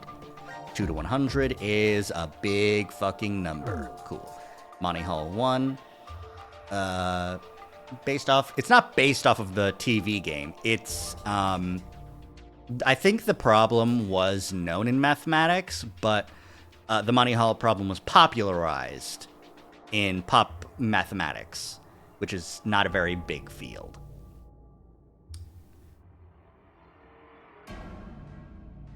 Now there are only 2 closed doors. Which one will you choose? Will you switch? How should you answer? There's no way to know which is the right, but the chances are 2 to 1. The probability for either door is the same. However, the question will be asked in the game. The gas mask location is completely random, therefore using probability to choose the correct locker may still result in getting the bad one simply because of bad luck. Oh. Okay.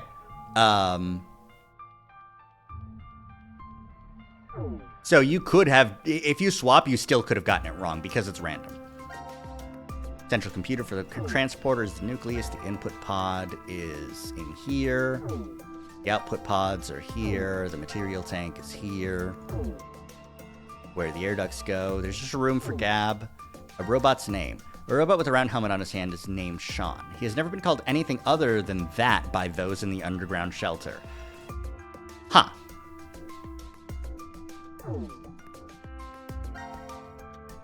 Leucochloridium.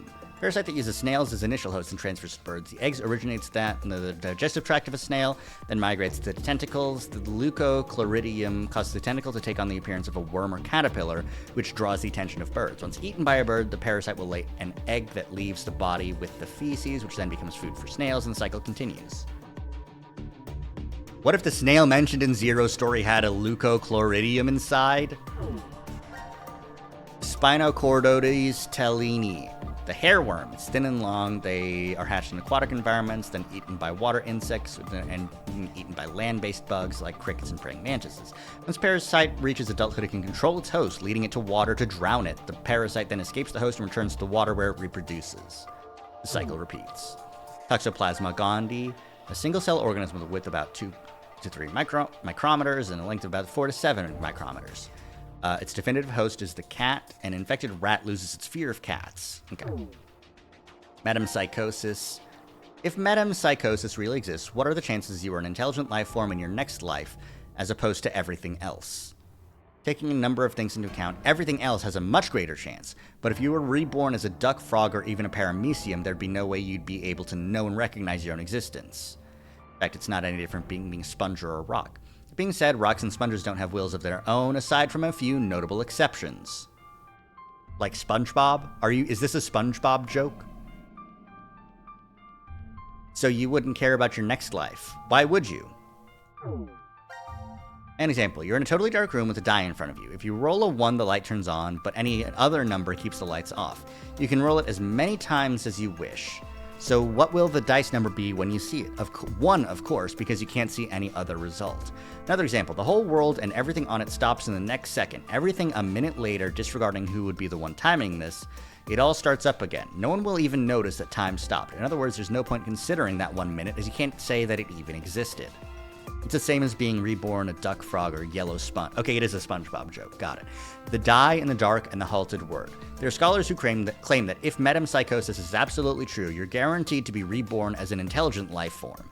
It's possible this is a result of the observable selection effect, an aspect of the anthropic principle. What the fuck? Popularly held beliefs that our language center resides on the left side of the brain, but recent research has revealed that the side differs among individuals. Roughly to 30 to 50% of those with their language center in the right side hemisphere end up left-handed, while only a small percentage are right-handed. The side containing the language center is called the major hemisphere. Oh, okay. The other phi. Baby phi was indeed transported from 1904 to 2008, but a phi also remained in 1904. Whatever happened to that phi? Rumor is she became a brilliant scientist and worked at a research facility in the US well into her 100s. The facility was researching the transporter, and that's where the phi from 1904 is sent. Was phi her own fucking mother? The murder 17 years ago. 17 years ago, a young mother went jogging in the park. She reached a fork where she usually goes right, but on this day she decided to go left. Why? Because there was a snail on the path. No one knows why she avoided the snail. Was she afraid of them, or felt a sense of danger from it? Whatever the case may be, the snail caused her to switch to the left path. As a result, she was killed by a girl. So this was Eric's mother, who was killed by Mira, who had just become the Heart Ripper serial killer. The suspect who was taken into custody, a Japanese man, was not the culprit. He was falsely convicted and executed, and his wife committed suicide in her grief. The two left young children behind. 2 young children, a girl named Akane and a boy named Aoi. The convicted man called a taxi before his arrest, but the taxi ended up picking up another fare instead, a brilliant surgeon. However, the car became involved in an accident, killing the surgeon, as well as the young boy who was waiting for an operation by the surgeon, that being Sean.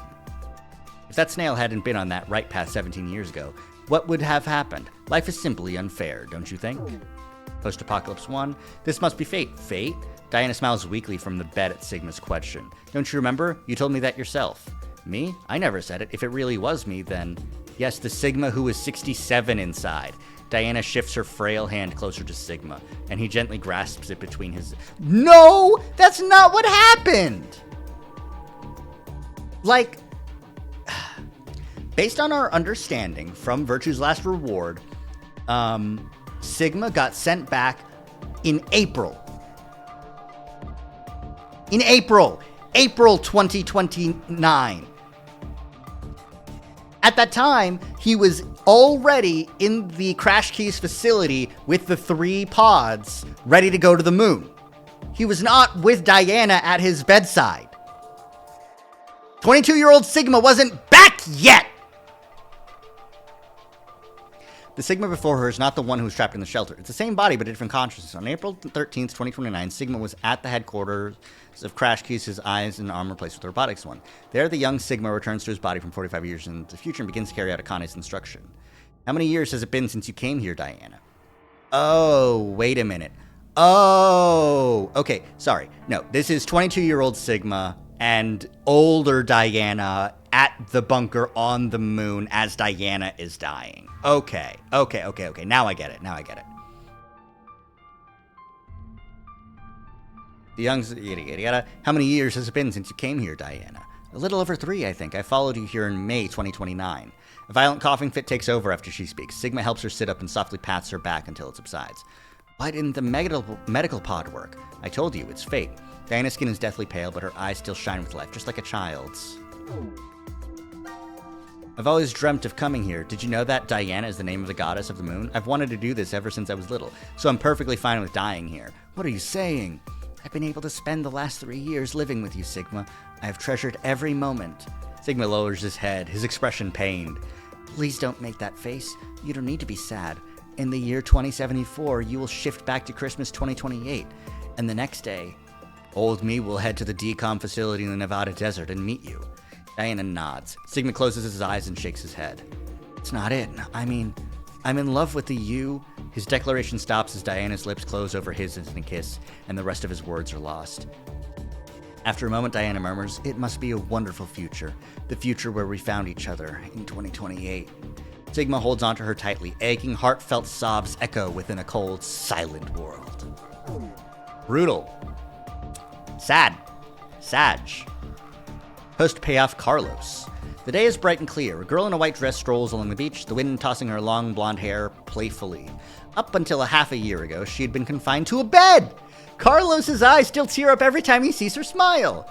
Come on, Carlos, you don't always have to help me. That's the point of my rehab. Oh, you're right. Sorry, Maria. Carlos brushes the hair out of her face. It's definitely not the summer sun that's making him act out of sorts. It's the fact that his sister is here, standing before him. Maria grins up at him. What would Akane and Junpei say if they saw you being all fussy like this? It's fine. They understand how important you are to me. Both you and Junpei put your lives on the line. That was a different history. But going through that means we know how to treat reverie syndrome. I can't believe we have the ability to jump through space-time. I'm just glad you're able to control it now. It's all because Carlos met Akane and Junpei that Maria was able to recover. He wishes he could show them just how well she's doing. You're thinking about them right now, aren't you, Carlos? What makes you say that? Because you're smiling. Carlos closes his eyes as his unconscious smile turns fond.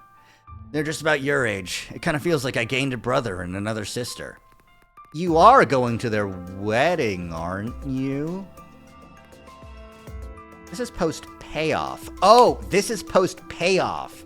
This is the epilogue file for what happens after they travel back to they win the coin toss timeline. Yeah, and you're coming with me. But there's something Carlos needs to do first, back when the three of them parted ways. I'll be waiting to hear word from you when you locate that terrorist. Carlos held his right hand out toward Akane and Junpei, and the other two grabbed onto it with their own.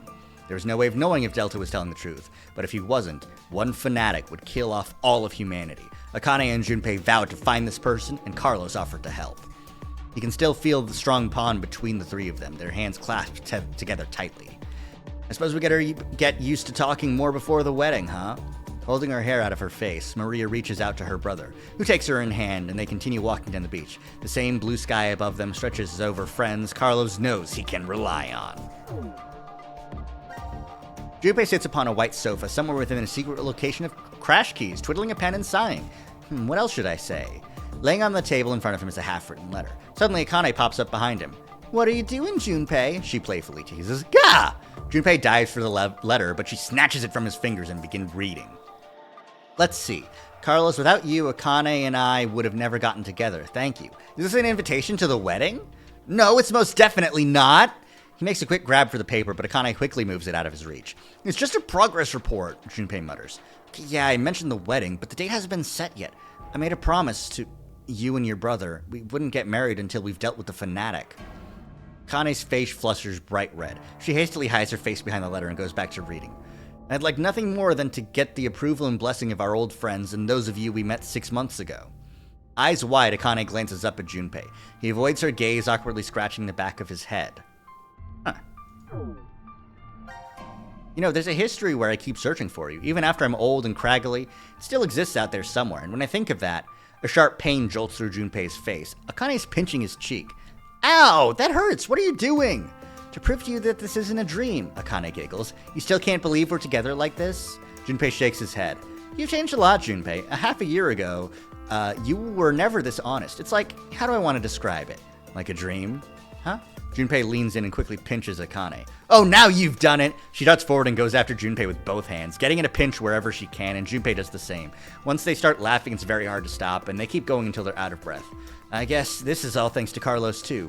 That's why I'm writing that thank you letter. On Akane's left hand, a ring glitters on her ring finger. She moved it to the right hand, the left hand, because now they're getting married. Sean, Eric, and Mira. Hey, Mira, how are you feeling? Are you lonely? Come on, Eric, you visited last week.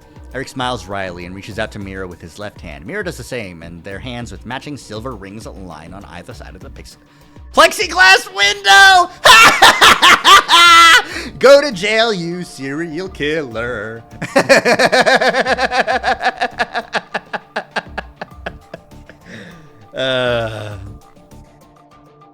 I brought a new guest to see you today. Eric shifts to the side and a head pops into view. Hi, Amira. No, long time no see. It's Sean, right? Yep, I'm happy you remembered. Behind Mira, the sun is shining through an iron-barred window, lighting up the visitor room. It's been a long time, Sean. It's good to see you. The smile that appears on her face is real. Mira no longer needs to plaster on a fake one. Did they cure her sociopathy by just jumping once? When I heard you turned yourself in, I was really surprised. Eric was the one who convinced me. He said I should pay for my sins so we could be together. So that's why you got married in jail. Eric ducks his head shyly. Are you sure you're okay with this? Mira asks. He looks at her in confusion.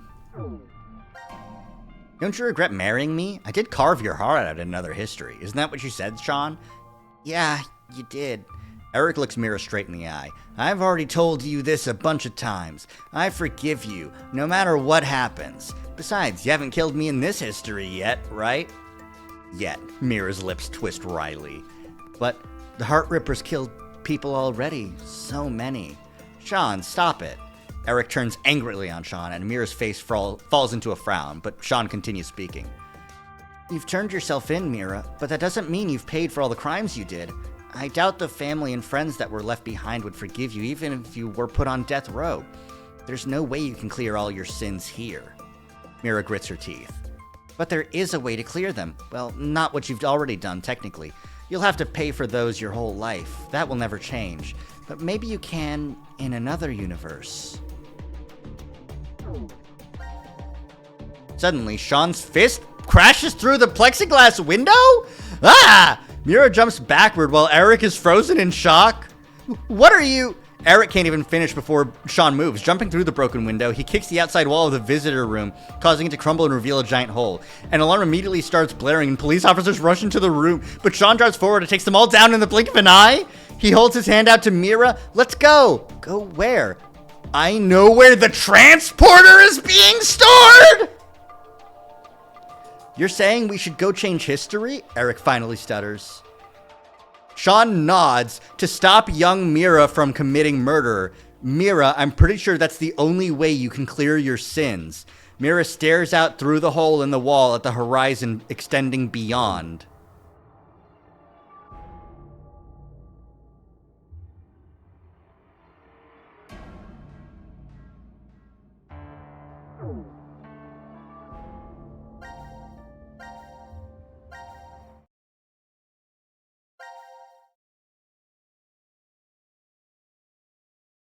And that's it?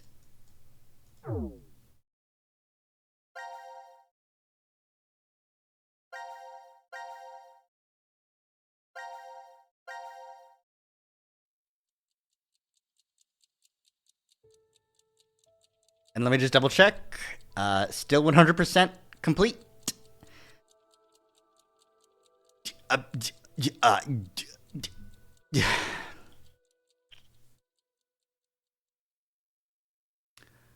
Okay. We did it. Gamers, we're done. Akane, Junpei, and Carlos are out, about, going around. You know what's fascinating is there was no post payoff 2 for Diana Phi and Sigma. My guess is because it'd be fucking weird for Diana Phi and Sigma to hang out while okay. How does that work? How does that work?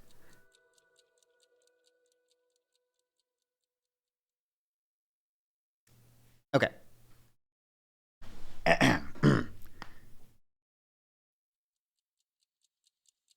Mirror in another history where she's good. Yeah, and like, what the fuck is the issue with like she's just now a person who understands emotions by being in this time loop? She didn't even experience any of it, right? Like, She just got told what happened by Sean. Like, by not being a shifter, she doesn't manifest anything. Like, is the implication that they're going to go back and, I don't know, move the snail? Because no, that would only prevent that woman's death. It wouldn't prevent Mira from killing anybody. But if they do just, like, go tackle Mira and just tell her, stop killing people, it's fine, don't worry. And, like, then the woman keeps jogging. Eric's life is good. He doesn't kill his brother Chris because his dad is less of an abusive shitbag.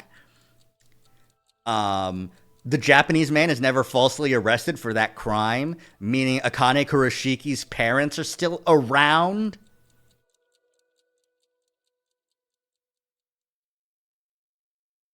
Sean's alive,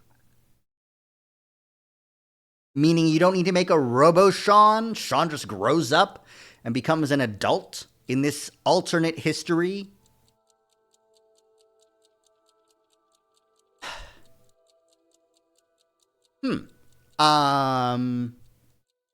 Sean can shift.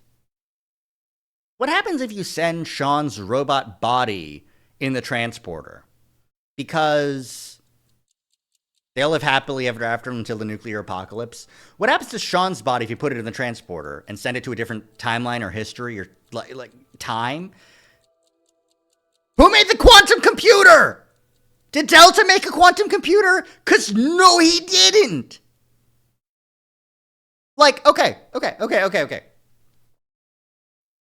In the original timeline, the only time anyone was like smart, well, I guess this is 2028.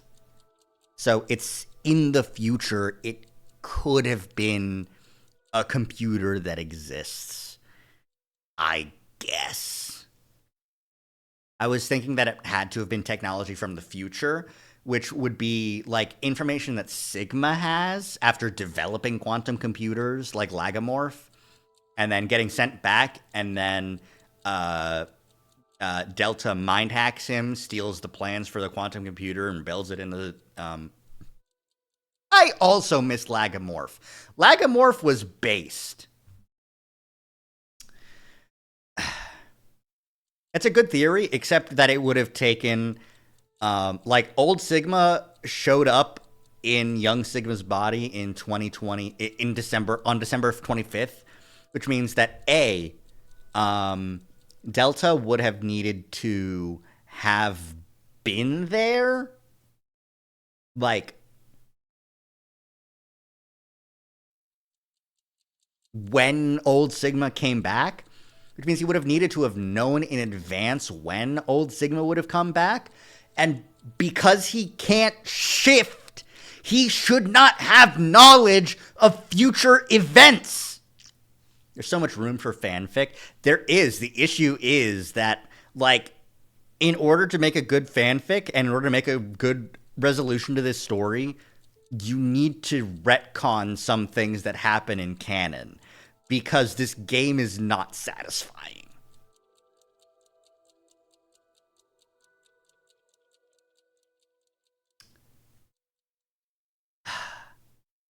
Yeah. Okay. It was fun. It was fun going through this and solving some puzzles and being a big brain genius and trying to theorize and put some things together. My biggest issues with the game are, like, loose ends, threads that weren't resolved, like, thank you for the head pats. Like, think about it. In this game, at the very end, they introduce a super terrorist that goes through and blows up all the nuclear reactors, not the antimatter reactors, which we know exist in this world, in this timeline. They've done away with the antimatter reactors, and they're going back to nuclear reactors. And there's a nuclear reactor in this basement. And blowing up all the nuclear reactors kills everyone, but infecting everyone with Radical 6 and blowing everything up with antimatter reactors only kills 6 billion. Yeah, but, like, maybe there's nuclear and antimatter reactors. Yeah, but, like, why would the nuclear reactors are worse than the antimatter reactors? I find that hard to believe. Like, the fact that the antimatter reactors going up creates a red sky nuclear winter. There's probably more of them. I don't know. Like, the issue is that the power output of antimatter reactors should be much greater than that of nuclear reactors. Like, just regular nuclear fission reactors. And, like, it's a very small inconsistency. And the fact that they say that 18 antimatter reactors. The issue is that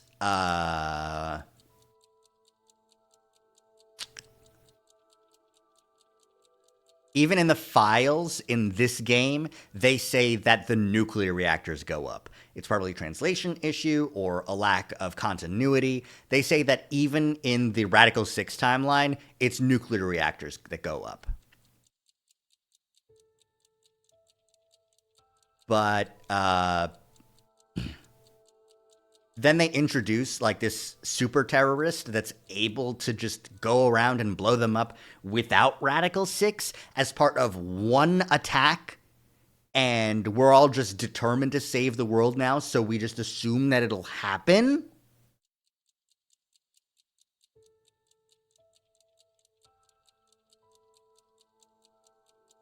The terrorists plunge the world into nuclear war. Let me pull up the files again, because I think that it shows up in a file.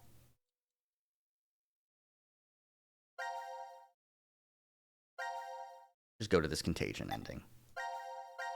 Circle of Fate 2.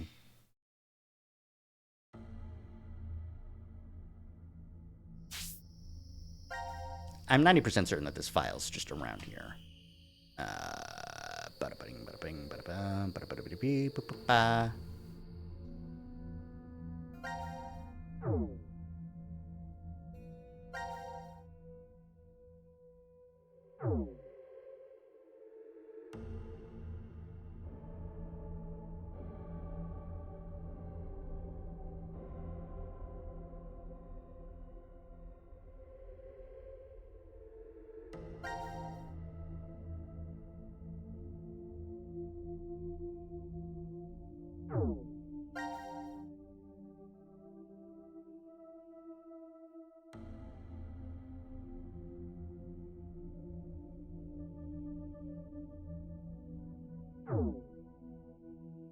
Rather than Free the Soul blowing up all 18 antimatter reactors at once, the terrorist just makes everyone set off nukes everywhere. That's how I'm understanding it anyway.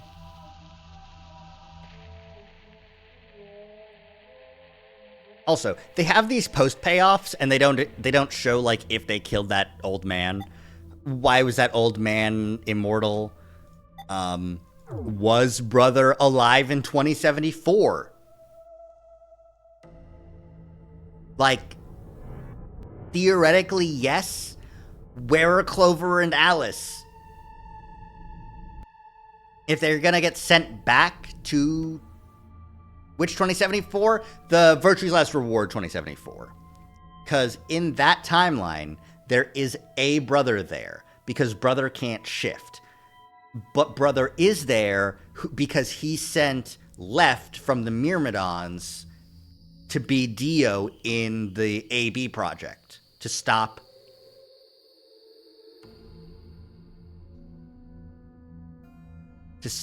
it from happening. And the rationale that left Dio uses is the religious fanaticism to make a world where everyone is the same to avoid conflict.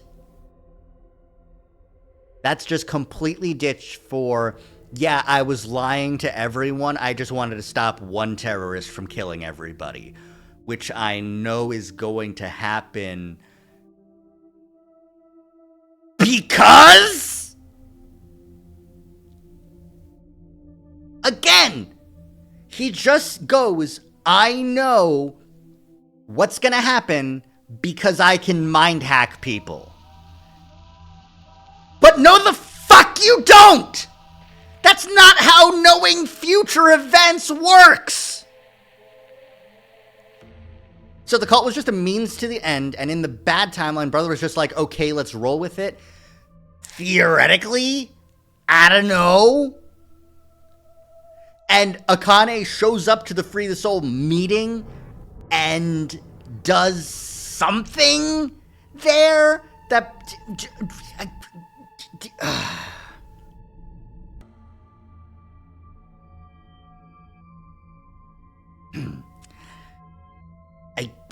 It's just, they lost the thread.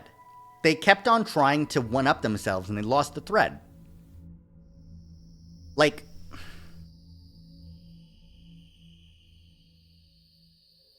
at a certain point in time, there are 3 fucking Phis. There's the Phi that starved as an infant in the basement of the bunker. There's the Phi that we know who was sent back to 1904, then sent forward to 2008, then grew up until 2028, and then got sent forward to 2074, then got sent back to April 2029, froze herself until 2074,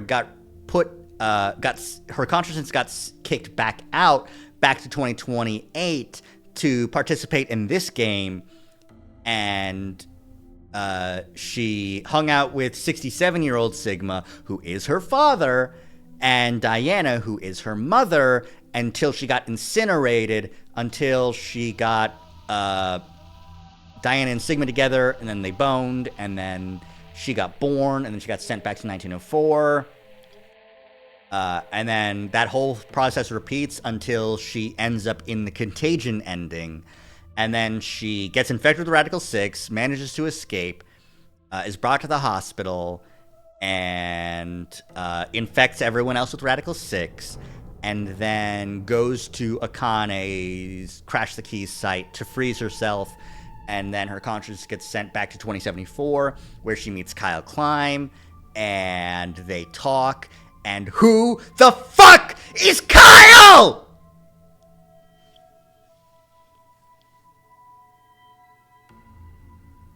What's the point of it? What's the point of that epilogue? Kyle Klein, who was actually Sigma, but he wasn't though. Kyle Klein, who was actually Sigma, but it was a clone of Sigma that was born in 2054, who's like 22 or something. I'm thinking it was a Sigma from a bad timeline in this game. I don't fucking know, and they don't care to explain it. It doesn't matter who Kyle is, because it doesn't make sense anyways. Kyle, in this timeline, he had all of Sigma's memories from Virtue's Last Reward, I think.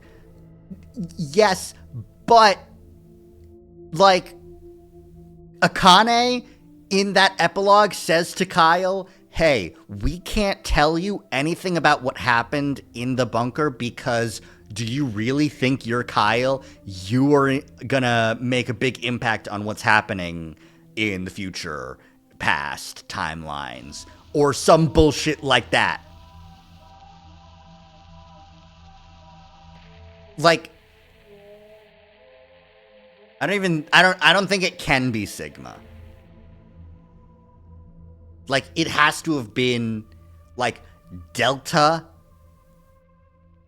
mind hacking into Kyle, but that doesn't make any fucking sense.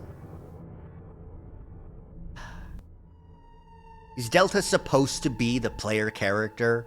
Like, controlling the player character of the whole time? But the mind hacking only lasts a moment, right? For controlling people, yes. But for, like,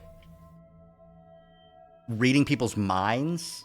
And this is also the Delta of today. Maybe through cloning and genetic experimentation, he improves his power over the next 45 fucking years. When Delta Brother is 169. He's 169 in Virtue's Last Reward, if he's alive, which he says he is, which Brother says he is, which Left says he is, because he's like, no, I always faithfully serve, Brother.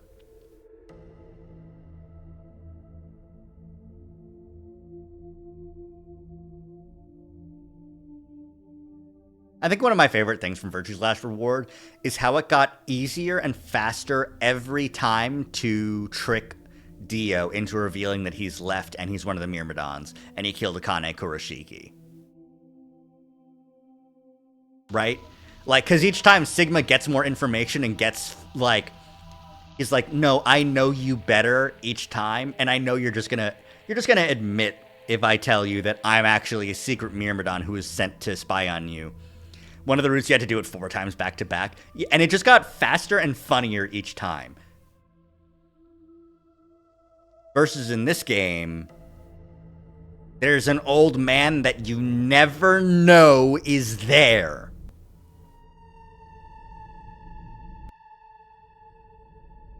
It's such bullshit. Like, I can get, like, okay. 999, fantastic game. The twist is Akane is Zero. She died in the past, but no, she didn't, because she got information from Junpei in the future, who used the morphogenetic fields to save her.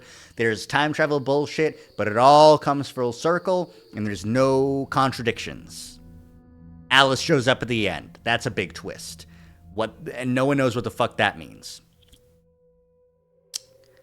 Virtue's Last Reward. The big twist is Sigma's old, and there's a whole bunch of convoluted time travel bullshit in which Sigma's consciousness is being sent back and forth like a goddamn ping pong ball between the past.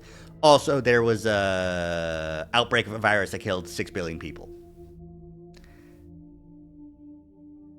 In this game, there's an old man who was there the whole time, and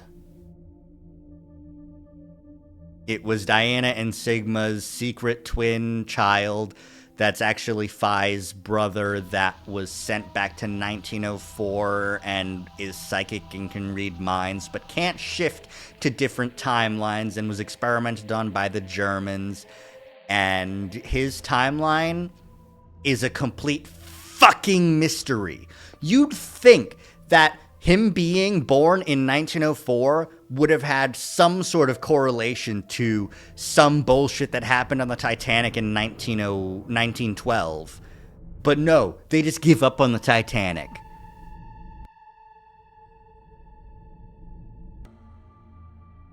He's just raised by German scientists, meets Sean in the hospital as a senior citizen, and that's the extent of the knowledge we have about Brother.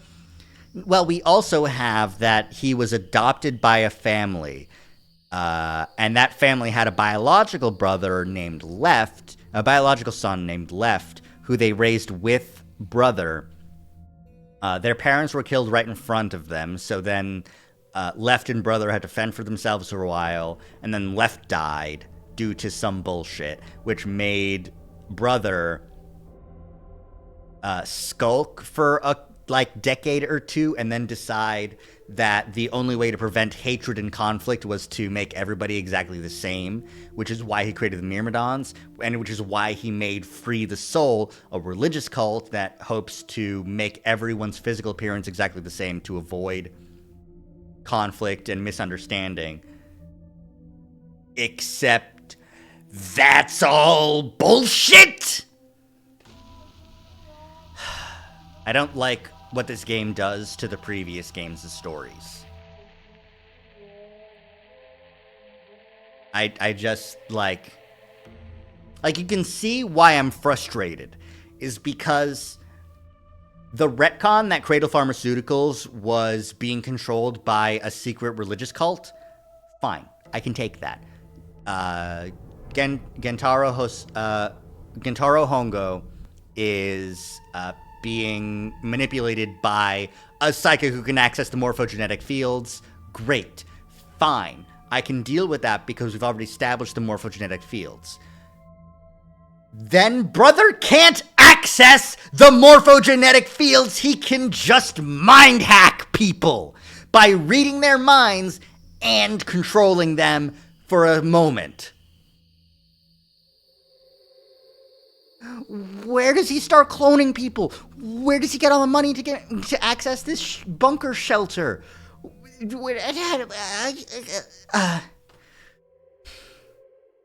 Game's bad. There's not enough explanation for this being the finale of the series.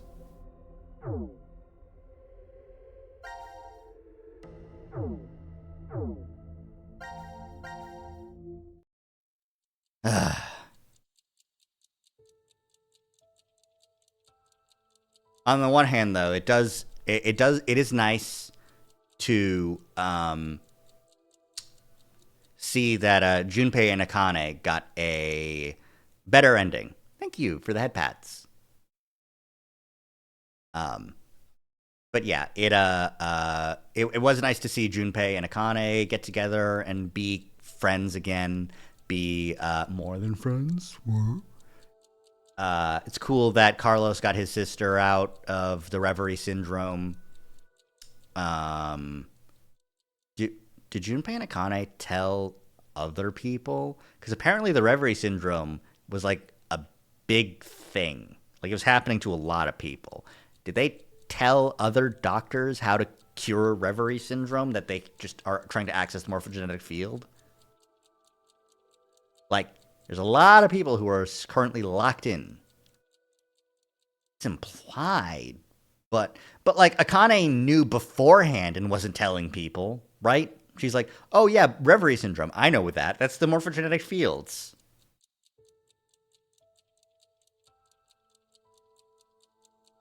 It's entirely possible that she just cured Maria and they just went about their happy fucking days looking for terrorists.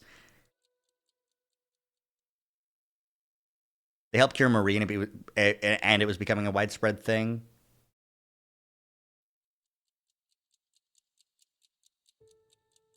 Like, I know that it was becoming a widespread thing, the Reverie Syndrome, because they could tell that there was a great threat in the future.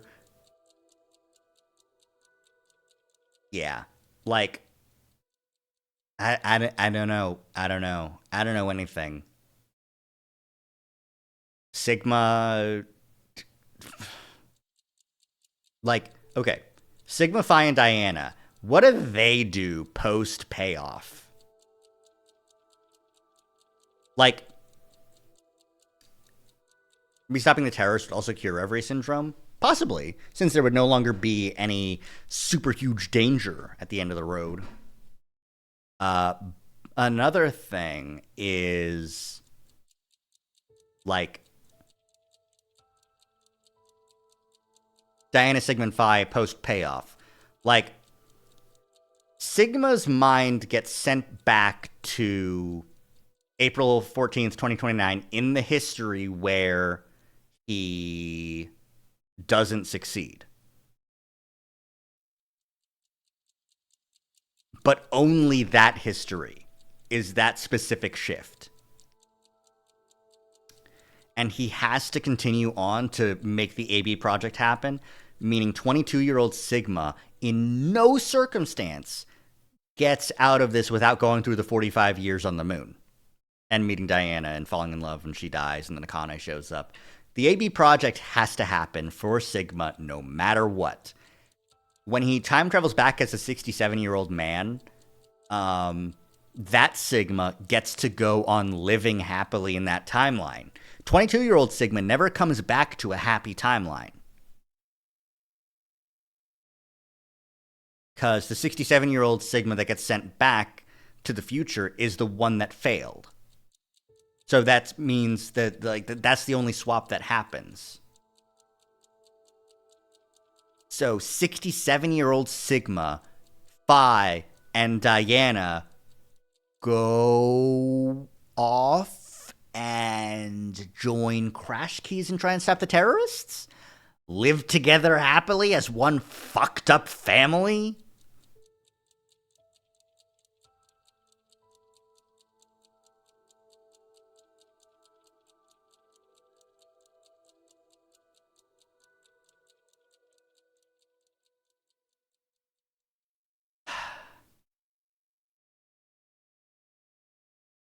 Everyone in this game is so messed up. It's true. I wonder, can you shift with a version of yourself that got transported to another timeline? Like, could stuck in the basement Sigma shift with teleported to the other timeline Sigma? I mean, he would die then afterwards, but, you know. Could Akane from the Contagion timeline, the Apocalypse timeline, switch with the Akane that was still in the teleporter, but she exploded, so there's no example there. What I'm saying is, could Phi, original Phi, who was an old woman in the research facility, could she have shifted to young Phi's body at any point in time? Can old woman Phi swap bodies with future Phi? Because in the post-Contagion ending, Phi is there, and her older self, post the events of the bunker, shows back up again at the end of Virtue's Last Reward. Can Phi from 1928 or whatever just shift into 2098 Phi's body or something like that? Because they're in the same history at that point. Because it's the history where Phi was born. And there's no implication that Phi was sent to any different history in 2008. The jump was just said to have been done into the future, not between any alternate histories. The easiest explanation would be that a transported copy can only shift with their own histories post-transport. That'd be the easiest one, yeah. Because Carlos transported himself, and then he teleported. He transported himself into the Outbreak timeline, the Contagion timeline, and then shifted into Press the Button timeline. No. He shifted from that timeline, then transported himself into the post-Outbreak timeline. So the bad end where transported Sigma and Diana got shot by Eric couldn't really escape anywhere. Yeah. And the bad end where transported Sigma and Diana, like,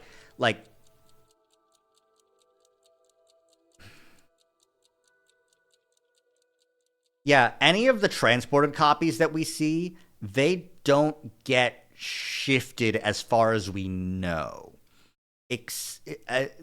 They just access all of their memories from the morphogenetic field. Like that was specifically stated that they're not shifting into this timeline.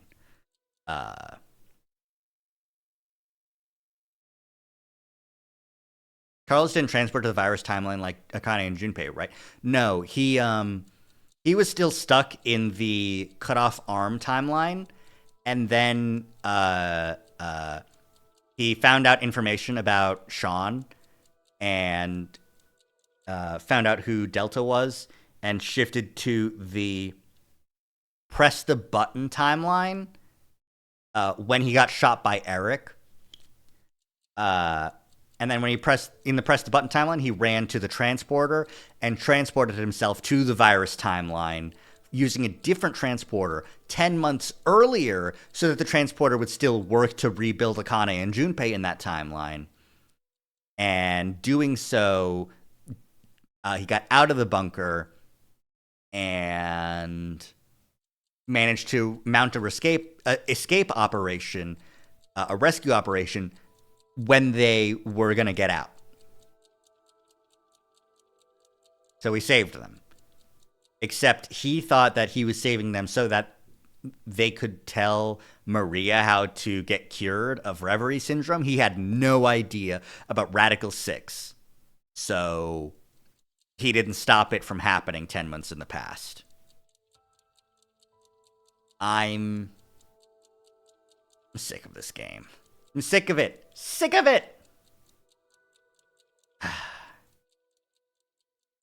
right. I don't think I'm going to stream tomorrow. I am going to probably take a couple of like art streams and play some other games next. And then after some time, I will get around to playing The Somnium Files, which is the next game by Kotaro Uchikoshi. And I hope that someone put some fucking reins on that dude. Because holy shit. And yet, if that didn't happen, Virtue's Last Reward wouldn't have happened either. It had to have happened because Virtue's Last Reward happened. It's one of the histories that must have happened. I can't believe that he can't fucking shift. Delta can't shift. You're fucking with me. His mind hack powers are bullshit because you can't read the minds of people. Like, you can't have information about stuff that happened. Because of Carlos, the timeline happened. It's true. It's true. It's because of Carlos. It's his fault. Nothing else would have happened if he didn't transport over there and save Akane and Junpei and let them out. And then Junpei lost his memories, started searching the world for Akane Kurashiki, who vanished without a trace after the DCOM experiment. Which is funny because based on Zero Time Dilemma, Junpei would have remembered being in DCOM with Akane for 5 days. And that's... he also would have remembered any of the timeline shifts and anything that happened then before getting injected with the memory loss drug for that last 90 minutes segment. So, like, he does know that this bullshit happened, but like, no, but no, he doesn't, because Virtue's Last Reward says he didn't see Akane between now and then, but he did though, but he didn't though, but he did. The Tenmyoji history fucking sucks.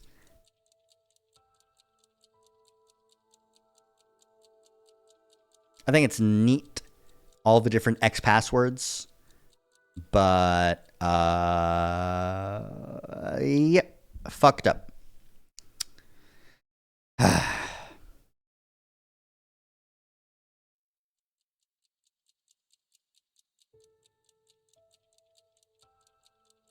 Like Junpei's being 5 and also jump and then also doll. That was cool. 5 being twin and future.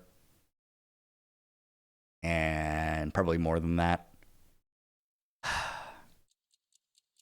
All right. I'm going to look up the Zero Time Dilemma wiki.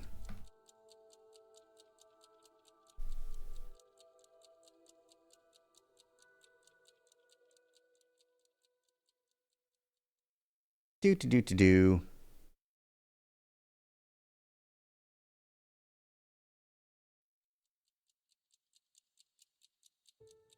Yeah, let me look up what the Zero Escape wiki says about Kyle Climb. Okay.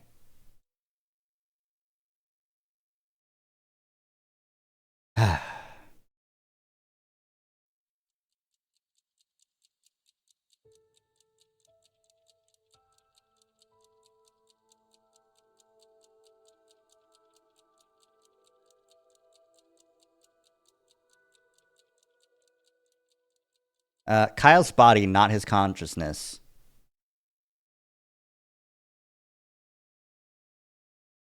Wakes in the infirmary and talks to Fi, whose consciousness has returned from research in the past. She refused to talk about it with Kyle, explaining that if she did, it could change history and any chance the mission succeeding would disappear. This is later substantiated by Akane, who claims that Kyle's consciousness is not that of Kyle Klein, but of a mysterious, uncontrolled force. He also asserts that he's the key to the success of Fi's and Sigma's mission to save humanity, and that he is inhabiting Mark's body. ? That's ridiculous. What's going to happen to me? Are you telling me I have to spend the rest of my life here in this box, living in a borrowed body? ? Refers to the consciousness of the player.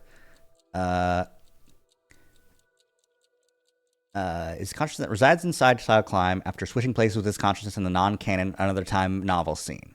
Oh, it's non-canon. According to the director, the mention of ? Existence was an irregular bonus script in Virtue's Last Reward, which is like a postscript of a novel. The director originally ended the story with just Ender beginning when Sigma witnessed the antimatter plant explosions. But during the Japanese voice recording sessions, an earthquake occurred. Opposed to the idea of ending the story with another explosion, he wrote in Another Time as a bonus script. It is not meant to be chronological in the timeline.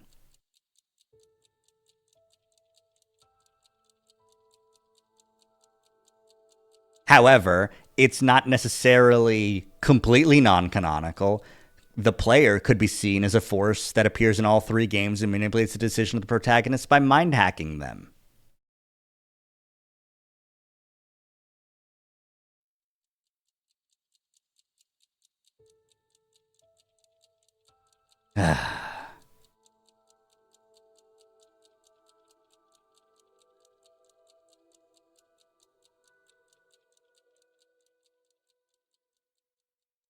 All right. What does the FAQ have to say about Alice and Clover?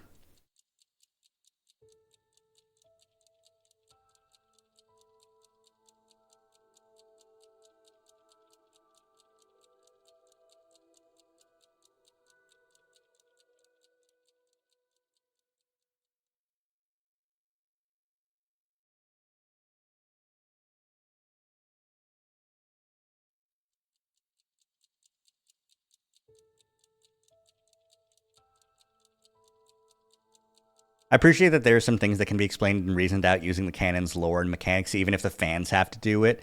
I guess. Yeah.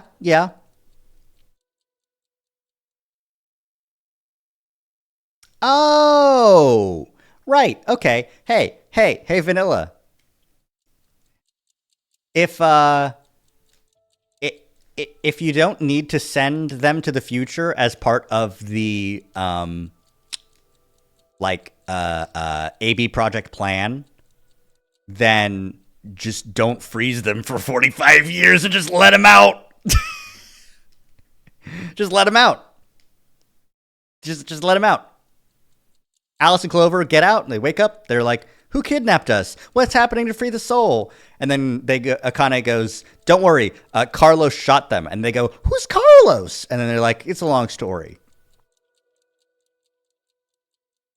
It is also likely they'd be warned of the other possible terrorist attack, so that would possibly be an alliance between SOIS and Crash Keys.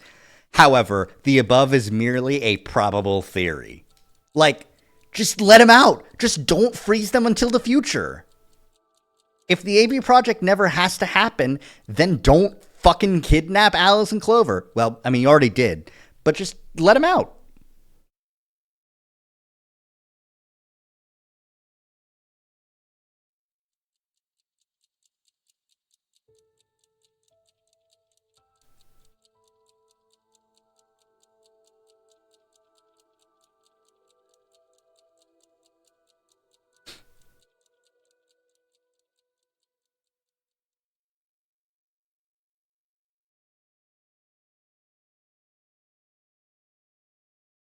I thought the VLR Alice and Clover said something about being able to go back to their original time, probably via the transporter. But in order to avoid any paradox, would they be trained as shifters and just go back to the timeline where their pods weren't frozen? The transporter might work too. That well, the issue is that in the another end, it is non-canonical, but they do say that they're not gonna shift. The method would be sending their bodies back, not their minds. So this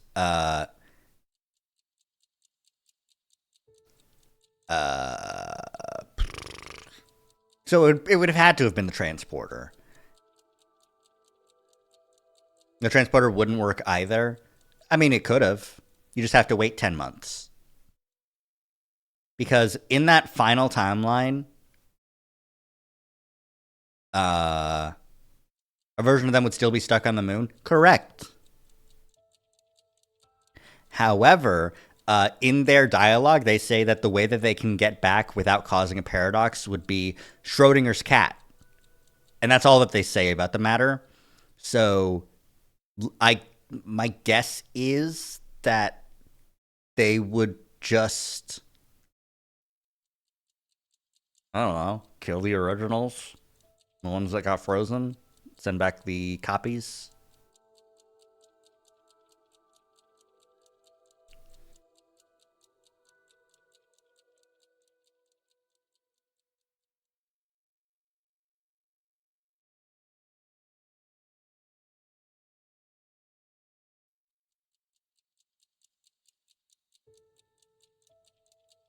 Just don't open the pods.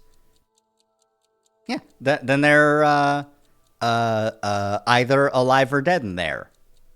And until you open the pods, they're theoretically dead, so it's fine.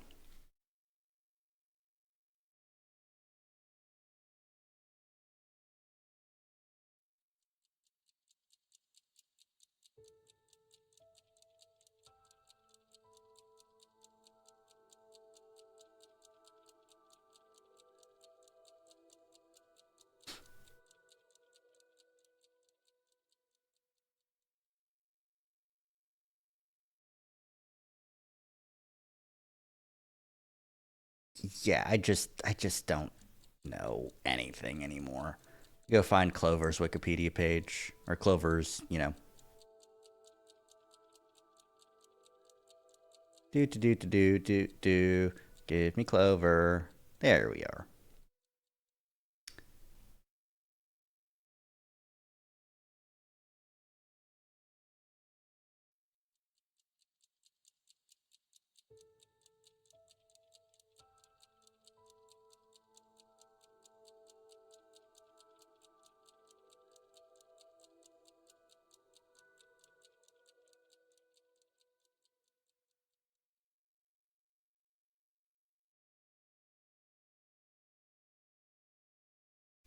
Maybe in 2095, Akane will just invent an actual time machine.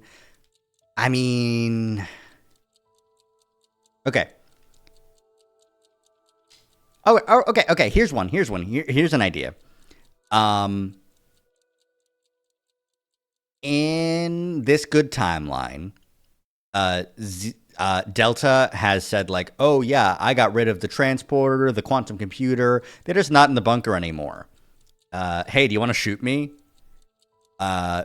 They find out where the transporter is, continue to study it, and use the technology from it to create a time machine that's just a real time machine. It's not connected to any bullshit. It's just a time machine. Because Sigma's apparently smart enough to come up with an AI smart enough to run a moonbase lagomorph. I mean, like, and then being able to shift to different timelines and histories, you can probably get some more information out of that. And then future Akane just shifts to get the information from other timeline future Akane so that they have a time machine. And it's just an actual time machine.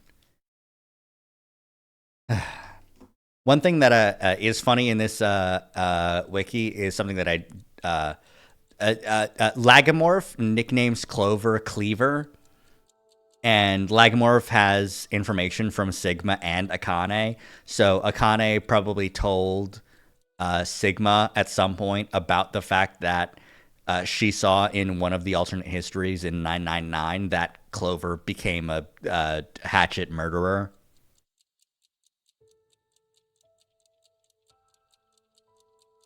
So that's why her name's Cleaver. That Lagomorph does actually know about what happened in 999.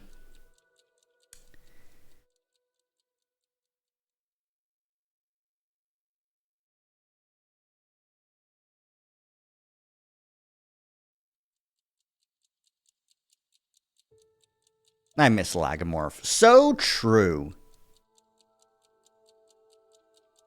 Oh, apparently they have last names, Clover and Light do. The code name given to them in third-party material is the last name Field. So Clover, Field, and Light, Field. Because their parents are hilarious.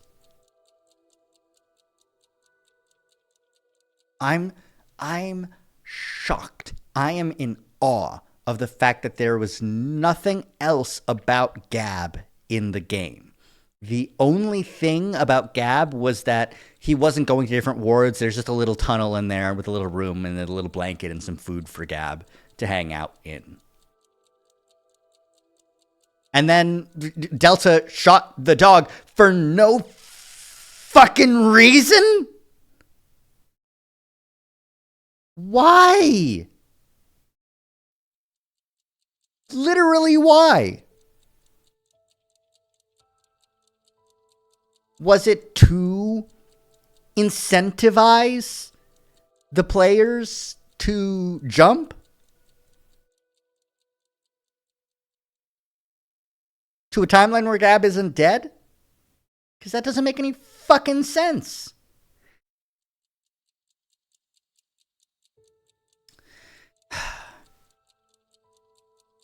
Why did he shoot Gab? Why did he shoot Gab? Why did he shoot? I'm looking up the page on Delta.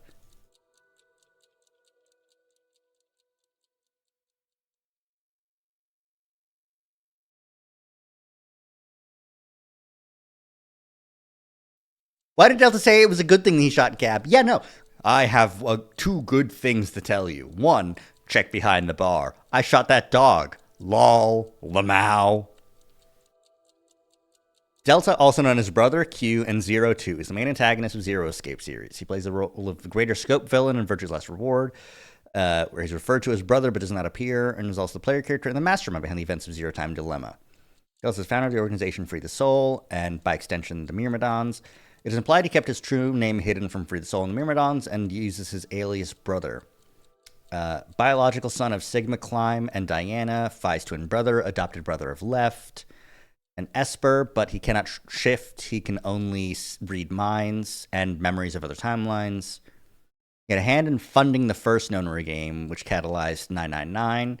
A year later, he released Radical 6 into the world. In the timeline, 45 years later, he dispatched Dio to interfere with the Ambidex games. After this game, when Sigma and Phi returned to December 2028 to rewrite history, he masterminded the Decision game. My motives are complex. Delta is a somewhat difficult character to comprehend due to how little the games revealed about who he really is. He claims he has complex motives for his actions. Yeah, I fucking bet. I fucking bet it's confusing.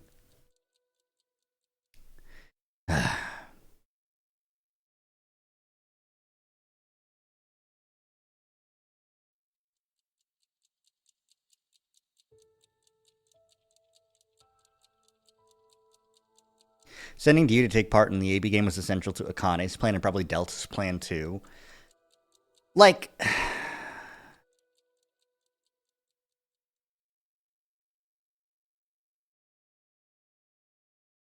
it's just contradictions.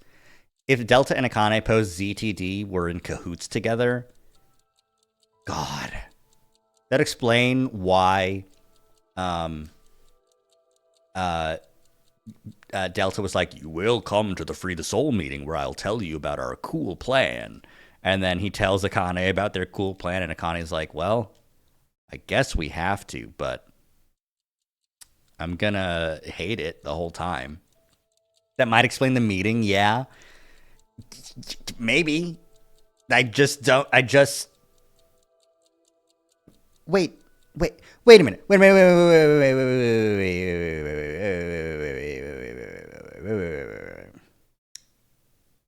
Let me go find Free the Soul. Maybe go find Free the Soul on the wiki again. Free the Soul. Right.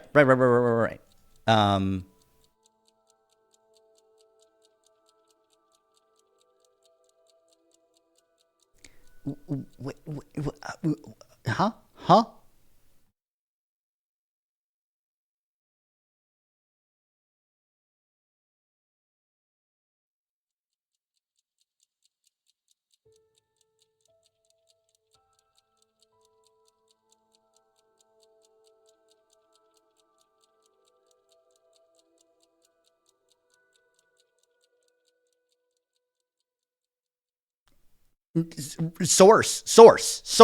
Source on this fucking thing. Uh,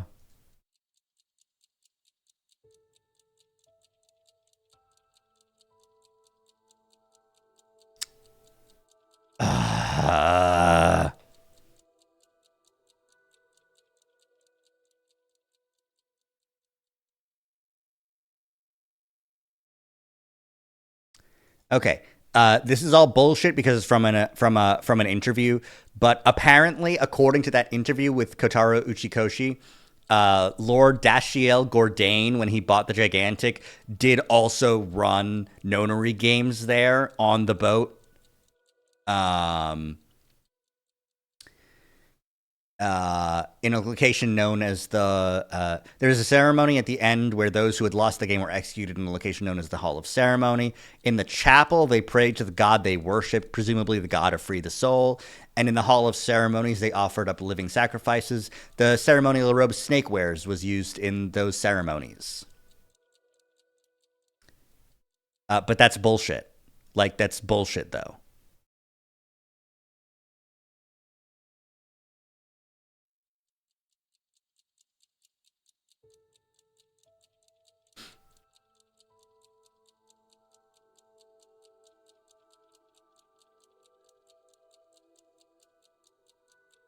Okay. The ceremonial robes, I was kind of wondering about those weird robes in the Gigantic. Yeah. They contain the symbol of Free the Soul, implying that he was a member of the religion in the very early stages of its birth. Lord Dashiell Gordain in the original Gigantic in 19 whatever. During the victims' death in the Hall of Ceremony / the incinerator, they wore Free the Soul robes. In the chapel, they prayed to the god they worshipped, and yada, yada, yada. It is currently unknown if there is a connection between these Nonary games and Free the Soul, although it is probable these successors joined Free the Soul. Thank you for the cheese bun. We're reading wikis now because this game is bullshit.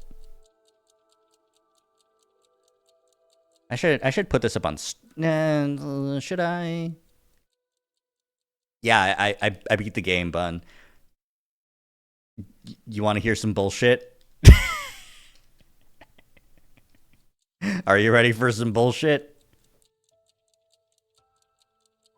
I can very quickly. Okay, so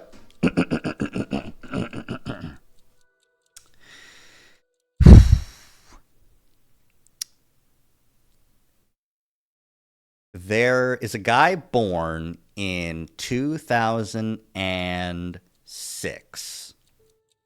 He grows up until he's 22, and then in 2020.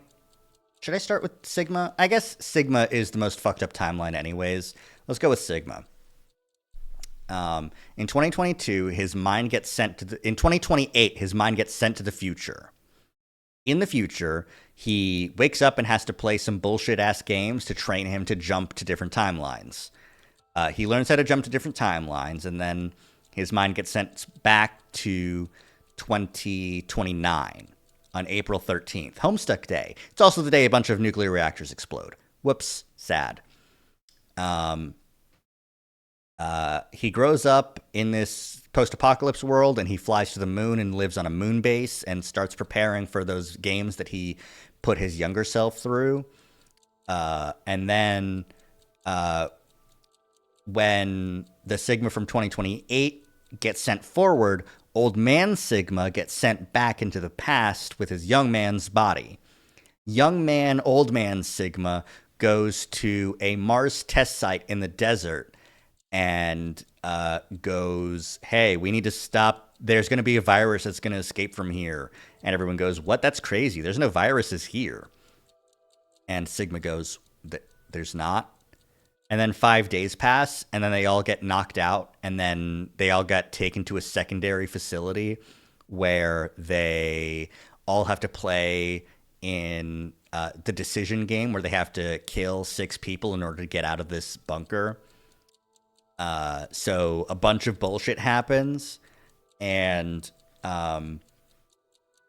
in one of the timelines, Sigma and another person who's a normal, like, character, a normal person. There's no time travel bullshit with this character at this moment in time. They get busy. They're also trapped in this timeline. They get trapped in the bunker for 10 months. So after 3 months, they decide to get busy under dubious circumstances, extremely emotional circumstances. Also, Sigma, again, has the mind of a 67-year-old man at this time. Bad. She gives birth to twins 7 months later, which is not enough time. And then they put the twins in the teleporter, and they teleport the twins back to 1904. And one of them is named Phi, and that's Phi from the previous game. And the other one is named Delta, and he's fucking Zero. He's also brother. He's also Q. He's in charge of a religious cult. He's also 124 years old. He's also theoretically immortal because he shows up. I think it was like 2 months, then 3 months later, she was like, I'm pregnant. I think I'm pregnant. It's something like that. It was a month and a half. It was a month and a half. That's right. Okay, no, yeah, it was a month and a half, and then she says, I'm pregnant.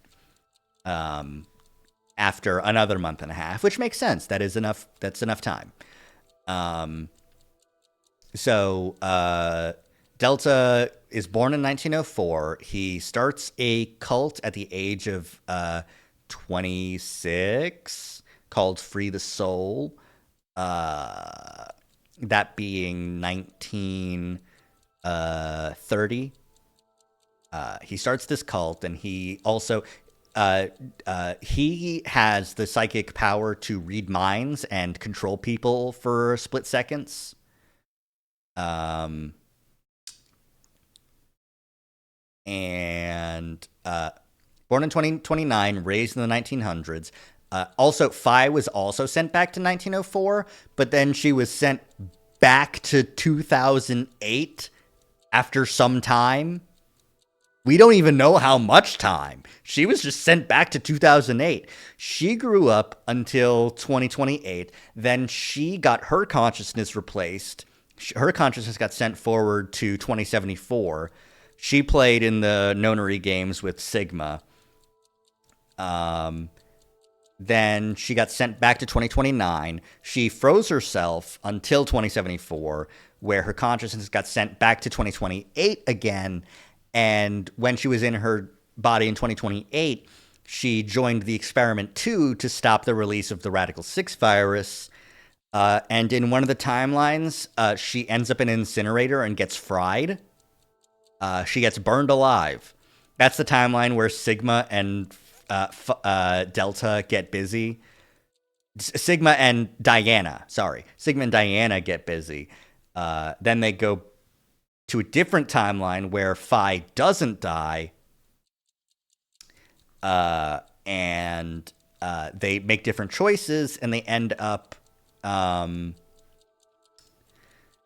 causing the Radical 6 outbreak. She gets infected with Radical 6 and then goes to a hospital and has to freeze herself. And then when she gets unfrozen in 2074, then her mind gets taken over. That's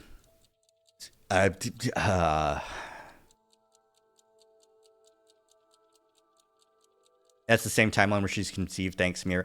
Yeah, no, it's revealed that Akane's parents were killed by accident because her father was falsely accused of murder in the United States, and he was falsely accused. He was found guilty and was executed, and her mother killed herself out of grief. And it really sounds like a lot of bullshit. It sounds like a lot of bullshit. I'm saying it so you don't have to. There's a girl there in the bunker with them. Her name's Mira. Her tits are out, and she's a serial killer. She's the one who killed the person that Akane's parents got falsely accused of. Mira was responsible for so much. Yeah, and the reason she was responsible for so much is because she was a sociopath. And that's it. She's like, what's a heart? I want to see it. I'm going to kill someone. And so she kills Eric's mother and grows up for the next 17 years, killing more people until she finds Eric and is like, hey, you seem kind of familiar. Something is weird about you. I'm going to date you for a little bit. And so Mira and Eric end up in the facility.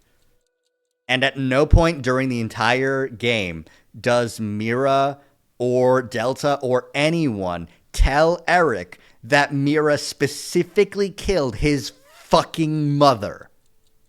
At no point. At no point.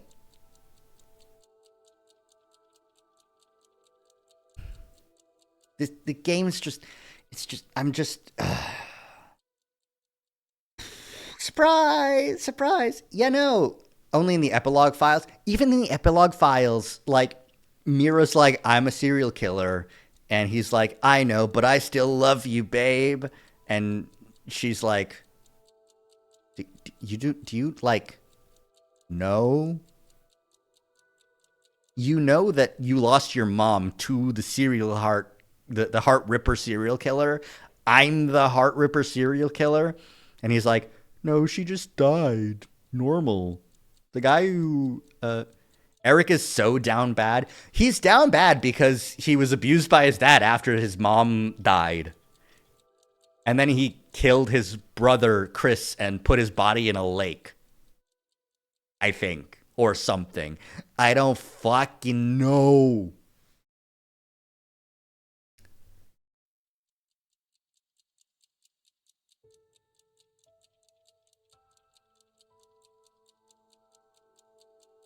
He let his brother take the blame, and then the dad killed him, and then something like that. Like, it's ridiculous.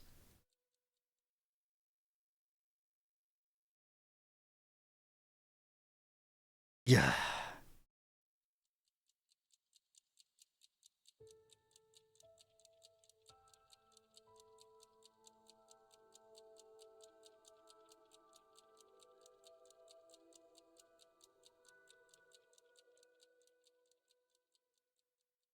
I just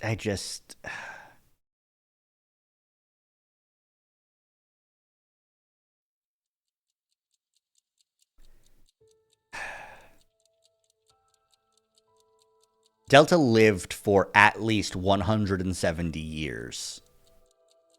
For no reason. You sound disappointed. It's disappointing. It's disappointing. Like, 999 and Virtue's Last Reward both set up so much. Thank you for the head pats. I appreciate it.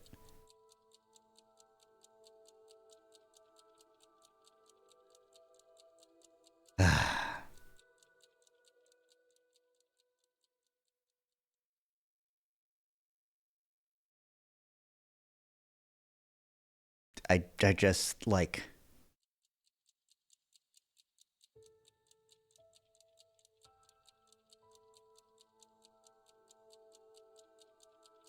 Like, okay, Delta runs a super fanatic religious cult, which was responsible for 6 billion people dying in 2028. And in the end of this game, they announced that, yeah, the reason is because, I'm just gonna switch over here so I can say hi to people. We're not doing anything. The game. Just chat, I guess. I put on some Ace Attorney music. Do do do do do do do do.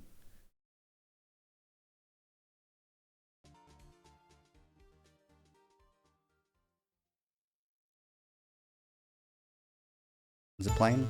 It is playing. Okay. This is what it feels like every moment of every day that I'm thinking about Zero Escape at this point. Yep. Ignore the sounds of microphones. They're not real. They can't hurt you. But yeah, it's just a lot. They introduce a separate secondary terrorist. Zero Escape is about to be in your dreams. Not if I can help it. I'm going to go to sleep with no dreams. I will have no dreams about Zero Escape. But they introduce a secondary terrorist who blows up different reactors and ends up killing everyone, all 8 billion people. So Delta Brother Zero is like, well, it was okay that I killed 6 billion because I stopped that guy from doing his thing. Don't worry about it. It's fine. It's lesser of two evils. And you go, that's the worst explanation for killing 6 billion people I have ever heard. Is to stop someone from killing all 8 billion? Like, go fuck yourself. Go straight to hell. And for some reason, douchebag McGee up here, who's an immortal super psychic, can't figure out who the identity of the super terrorist is, who's going to kill 8 billion people, and also does have information about the future, which he shouldn't have because his specific psychic power is just to read minds and take over people's bodies for fractions of a second.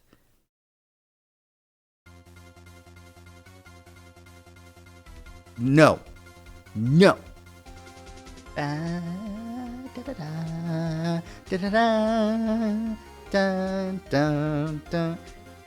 wish I could play Ace Attorney again. But yeah, I'm sick. I'm sick to my stomach. I'm surprised at how little epilogue content there actually was. I was honestly expecting there to be more than what we got.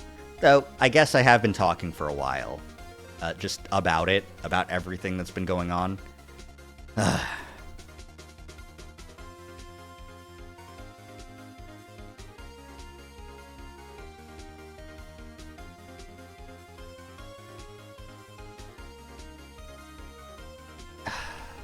Overall rating, 999. I'd give a 9 out of 10.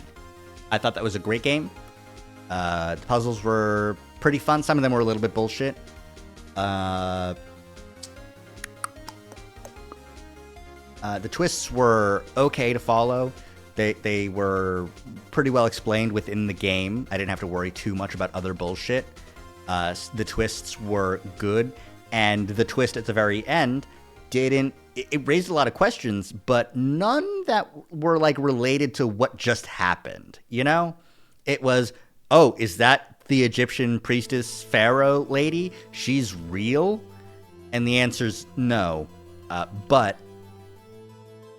like, it was still fun. It wasn't hugely important.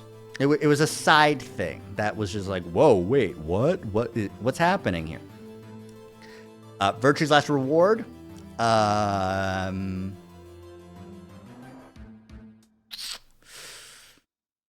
would honestly say that one was really, really good too. I would say that one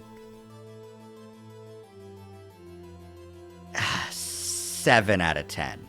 because it took so long to get to even one ending, there was just so much game with no like payoff for so long. It's something that I'm not really thinking too much about now, but like thinking back on it overall, like I have to include the fact that it took me like 30, 40 hours to get one fucking ending in that game. And rough, absolutely rough. Zero Time Dilemma. I'm gonna say 3 out of 10. 3 out of 10. It contradicts so much from Virtue's Last Reward and 999. It has inconsistencies. It doesn't have a consistent timeline, which makes it really hard to get invested or know where to go. It's so confusing. I can respect that, I guess. It's just like I was not having a good time for like the first like 7 hours of the game, and then I got like one ending where I shoot to kill Eric, and then Mira turns out to be the serial killer, and like it just like it's just ridiculous. All the bullshit with Diana being stalked by an ex who was an alcoholic and was love bombing her afterwards, and she would just always comply, which is why she decided to join a super isolated Mars mission. And then during her isolation with Sigma in the bunker, she stoops to alcoholism and begging for sex because she wants love or something. It's just dog shit writing for a woman, you know? Like, Diana's purpose in the game is for Sigma to fall in love with her and for her to give birth to Phi and Delta.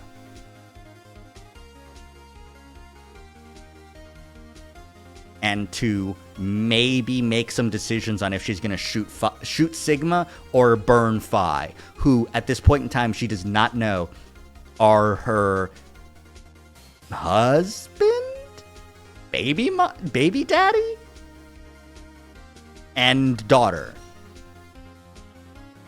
Wish there's more character development for Diana.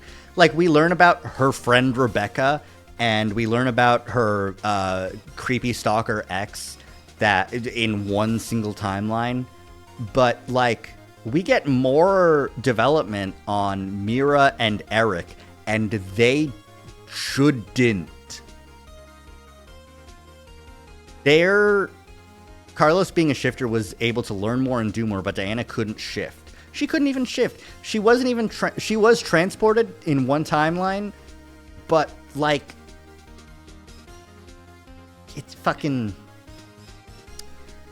Junpei is a douchebag in this game now because he got really jaded after joining a detective agency and becoming like desensitized to a bunch of really gory bullshit, and also the fact that he has the memories of all the different Zero Escape 999 timelines. So he's like a little bit of an asshole. He's like, "Hey, Akane," and Akane's like, "Junpei," and he's like, "Yeah, whatever. Can't believe we're stuck in another fucking escape room game, death game. Cringe." And it's fucking Q, who's not Q, he's actually Sean, and Q is actually an old man.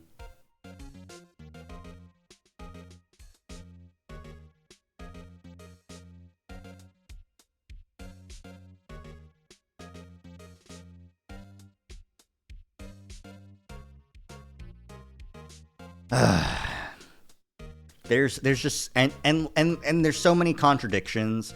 In the story itself, the fact that it's not a visual novel, that I can't control the speed at which the text is going, it's playing almost out like a movie, except the animations are not good enough for that to be the case. Like, there were so many graphical issues models that were laying down on the floor pretending to be dead were still blinking because they just had the one, like, animation. They just didn't put the closed eye animation on some of the characters. They're just a consistent one.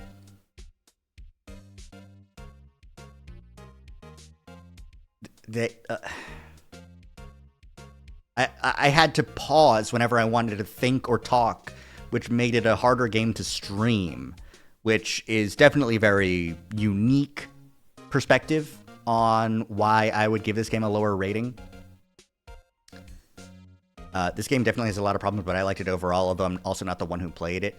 Yeah, like, there were also some of the issues with, like, how to unlock different fragments, different routes that were just not clear. I didn't know how to get certain timelines to happen. Certain puzzles were hard and needed me to look up the answer.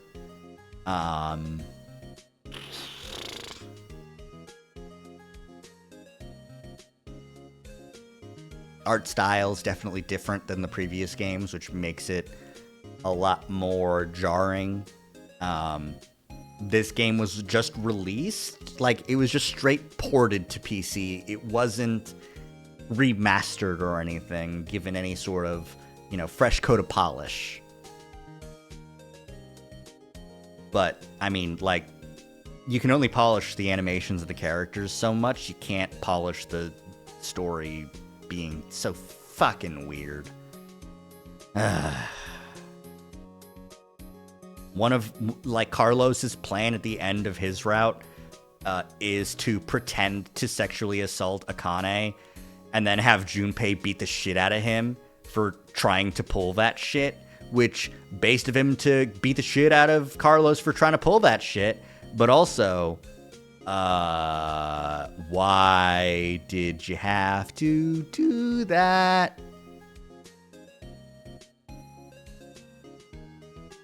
He goes like, I couldn't tell you, Junpei, because I thought you'd be a terrible actor. Like, what happened is, Carlos was like, okay, I've got an idea. I'm going to jump on top of Akane. And he's like, okay, Akane, I'm going to get the shit beaten out of me. You go run to the teleporter room and get some cards. We'll put the cards under our bracelet so that we won't lose our memories. And Akane's like, okay. Get off of me. And then Junpei, who didn't hear that, is like, get the fuck off her, and is going to beat the shit out of him. They beat the shit out of him. And then he's like, okay, I'm better now. You guys want a drink? Oh, oops, I dropped the glass. Here, help me clean up. And then they all duck behind the counter, and that's when they put the thing in. So the argument that they're bad acting doesn't make any sense, because I could already tell that something was up. Like, Carlos was a bad actor. It's just, like, there's just so much weird, inappropriate bullshit that's happening. And there's no reason for it. Because none of this game matters. None of it. Phi and Delta don't need to be time travel babies. But they are. Delta, who goes by Brother, who leads a religious cult, calls this a sacred site because he was born here.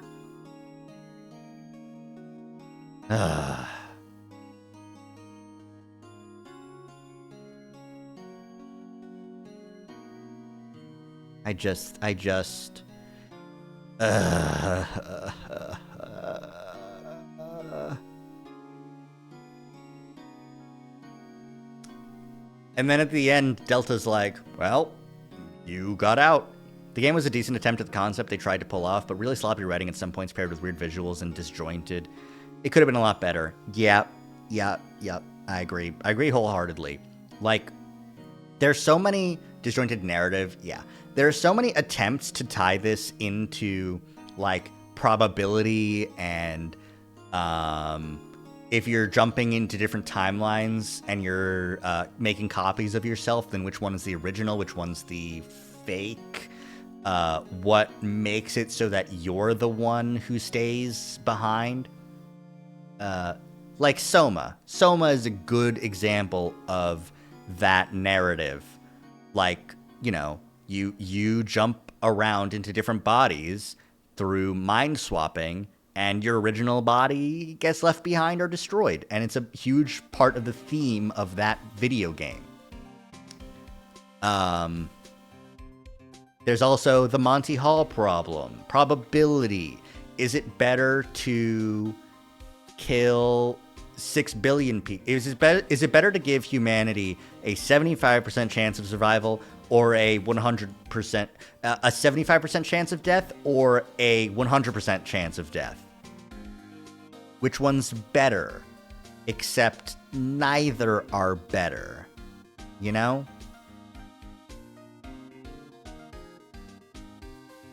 It's just like all of those different themes don't really pay off in the end. The payoff is, well, 6 billion's better than 8 billion, but like 0 is best.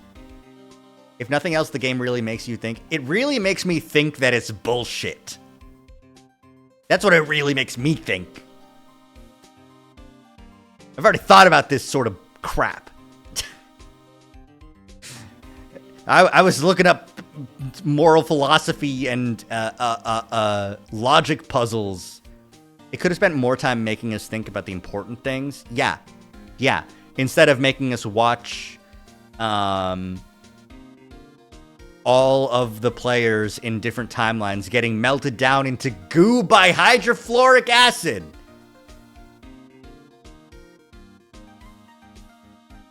Absolutely the worst execution in any of these games. Like, well, the worst one we've seen. We get descriptions about the exploding bracelets peoples, and oh boy, those explosions were pretty bad, but we don't see them. They just happen. And then you see a bunch of blood. We've watched Sigma and Diana living alone in a doomed timeline for like 40 minutes. And the only mention they make is like, Sigma for like a second is like, why are we the ones that got left behind? And he's like, no, it's nothing.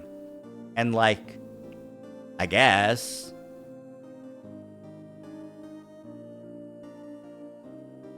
And like, just I fucking hate the introduction of some religious fanatic who's going to destroy the entire population of the planet that Delta knows about through bullshit. Like, no, he doesn't. No, he doesn't. He doesn't know that. He doesn't know the future. He can read minds, so he can read the minds of people who were sent back to the past, except nobody was sent back to the past who knew what was happening in the bunker for real, for real.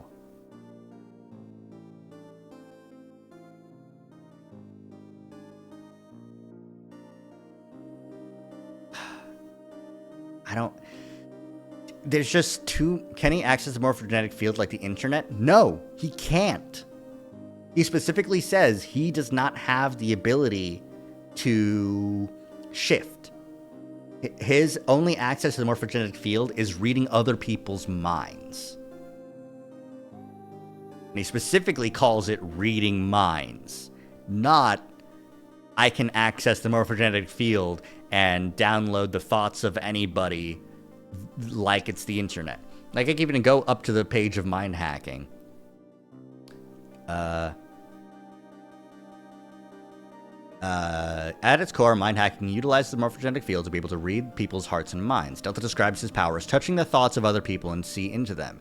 This allows him to be able to perceive others' thoughts and via reading the minds of shifters, learn about multiple timelines from them. With a bit more effort, hacking even allows temporary mind control, giving them full dominion of the target's actions while under the influence. This is seen when Delta mind hacks Eric's to kill. Eric displays some notable resistance, fighting for control of his body. As of Zero Time Dilemma, Delta is the sole known user of this ability. However, it is heavily implied that Question Mark, the consciousness of the player, is a mind hacker who mind hacks the actions of Diana, Carlos, and Sean during the game, and perhaps even Junpei and Sigma from the previous games. The director of the series says that there is no doubt Question Mark intervenes during the events of Zero Time Dilemma. In this sense, then, Question Mark is also an Esper and a shifter.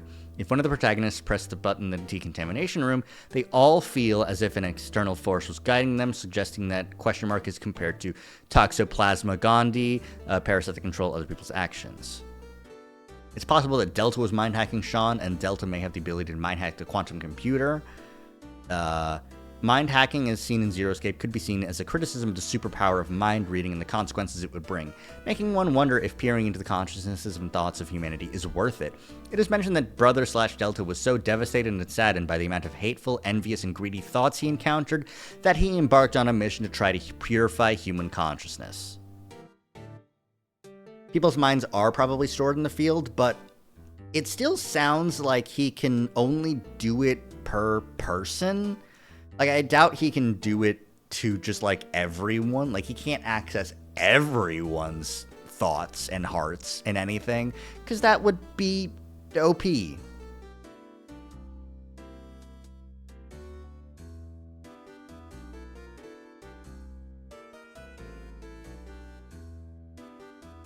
And even if he could access everyone's thoughts in the morphogenetic field, like, the fact that there's some second, religious fanatic who wants to destroy the world that's not a part of Free the Soul? A second religious fanatical organization about purifying humanity of its greed? I guess there can be two religious fanatic organizations and terrorists and stuff like that. But, like, that's also lazy fucking writing, isn't it?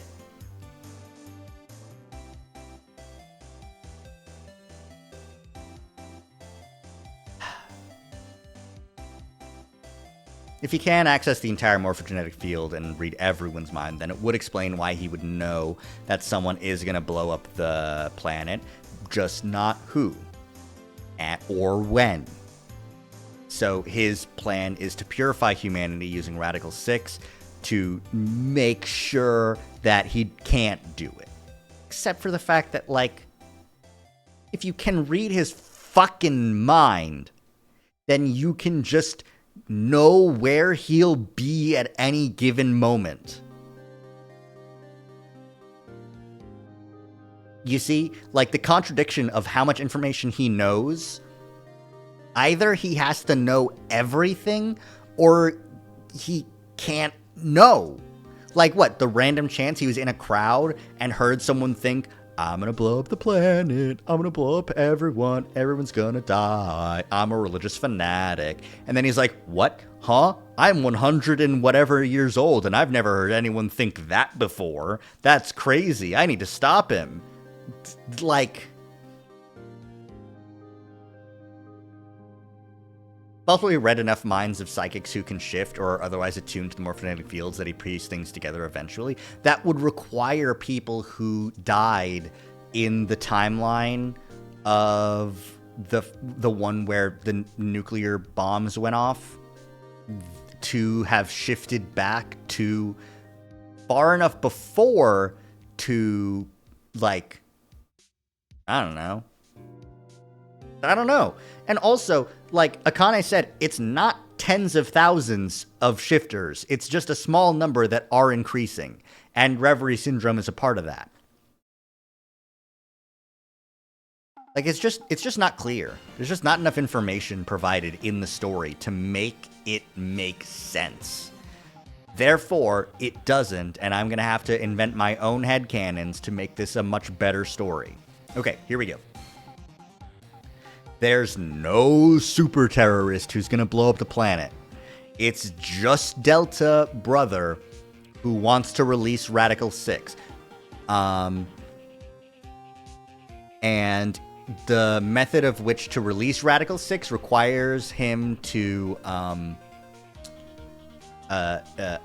in order to make sure that the future in which he wins, first of all, he can shift. Making it a point right now, he can shift. Assuming he can shift, he has the information from the timeline in which he wins and knows that that timeline where 6 billion people die, he has cleansed humanity of its greed, and is in charge because he can access the morphogenetic field and he can manipulate it at will because there are a fewer number of shifters. You know what?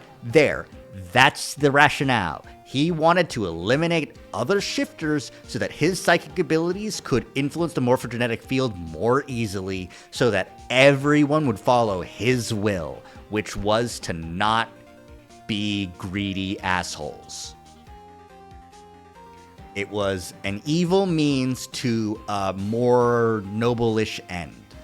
So, in order to make that happen, he made the decision game. In order to get born, he did the whole thing too. And fucking, I don't know. Yeah, he's immortal because the German scientists did experiments on him. And he's just a regular morphogenetic field accessor. He can mind hack, but only, like, due to morphogenetic field bullshit. It's not, like, a separate power. He can just access the morphogenetic field more powerfully than anyone else. So his goal is the creation of the timeline in which he wins. That's his goal.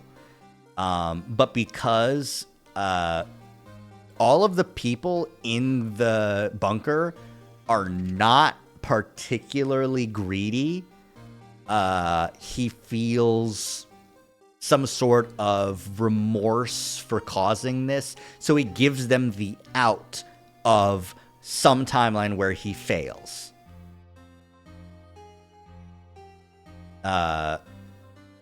And he allows them to go to that timeline and just be there. And he tries his best to make sure that they don't, like, arrest him by cleaning up and making sure that no one knows anything. Except, they just beat the shit out of him with their fists. There's no gun, there's no final decision. He's just like, I've made it out scot-free because you can't catch me. And then Carlos goes, like hell we can't! Ba ba ba ba ba ba ba! And he just beats the shit out of him. And that old man dies. And everyone cheers. And Diana and Sigma hug. And they give Fi a good pat on the head. And Akane and Junpei get married. And Carlos' sister is fine. And Mira and Eric get help. Both of them, because they both fucking need it. And Sean is there. The end. Good video game. We got there.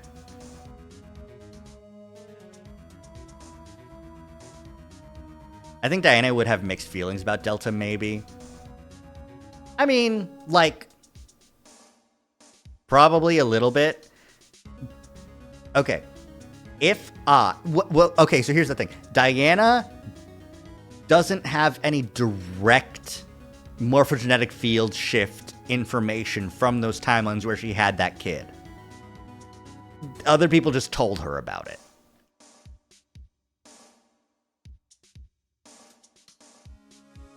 So, like,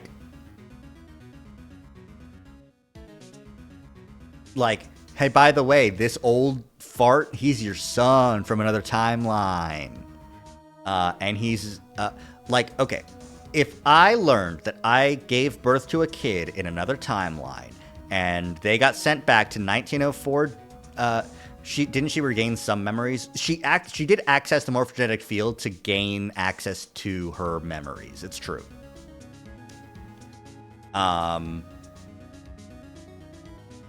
But if I had remembered being stuck in a bunker, giving birth to some twins, getting some unconditional love for the twins, and then learning that some 124-year-old asshole trapped us all in the situation in which we died multiple different times, and he was raised by German scientists in 1904 who would probably eventually become Nazis.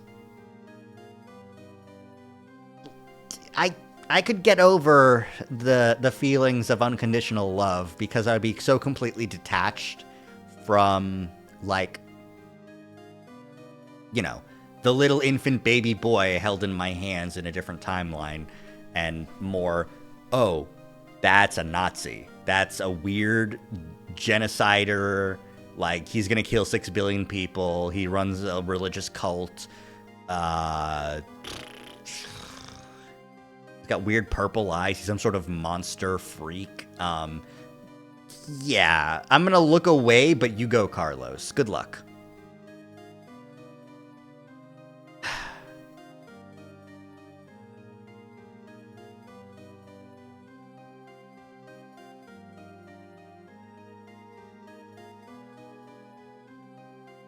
Yeah, I think you're right. Yeah.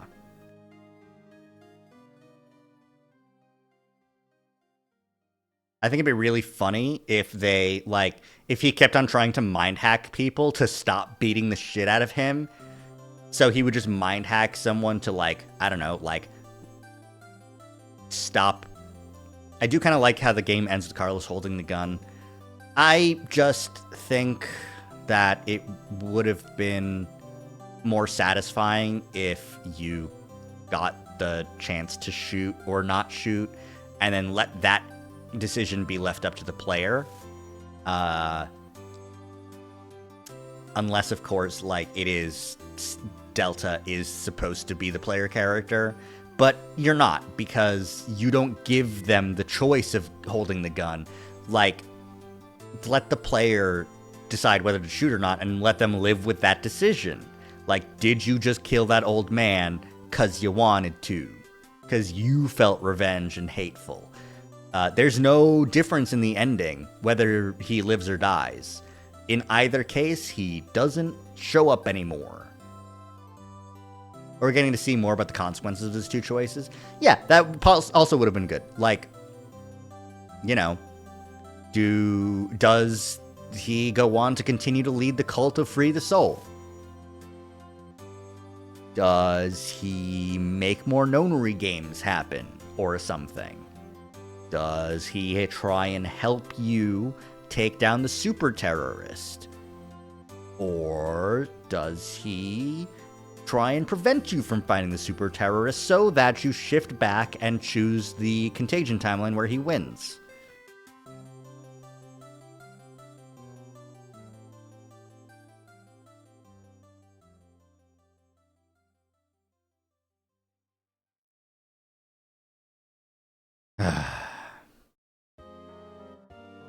Or choose the timeline where you shoot him instead.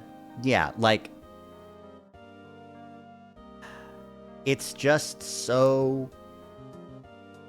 There's just so many loose ends and unsatisfying conclusions that, like, the cliffhangers set up by Virtue's Last Reward were not paid off in this game.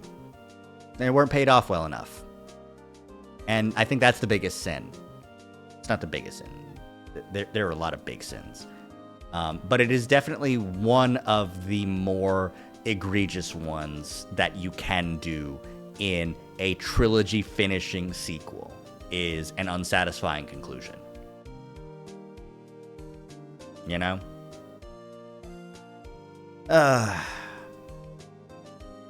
That's my opinion, at least.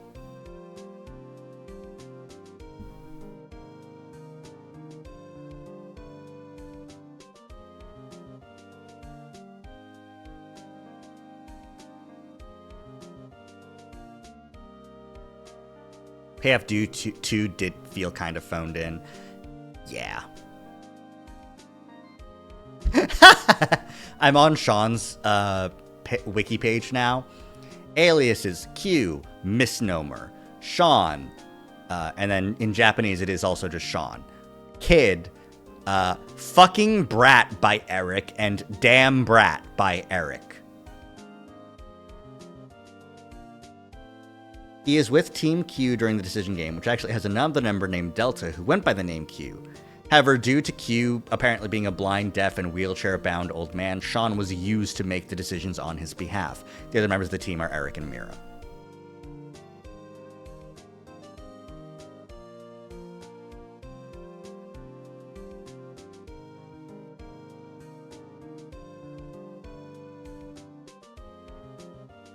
Like, Okay, here's another goal for Brother and Zero, right? Brother, Zero, Delta, Q. He likes Sean.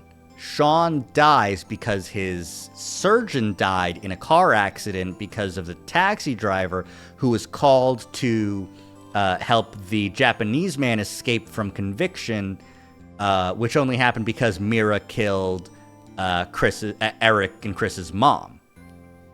So, set up the transporter and stop Mira from killing that lady. That would prevent Sean from dying. The surgeon would get there in time, Sean would live. Except, if that was the reason for any of this, there's no fucking reason to set up the nonary game. Just get in the teleporter and do it yourself, you fucking jackass.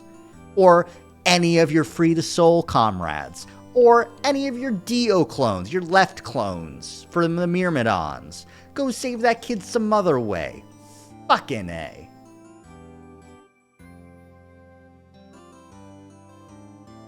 Ugh.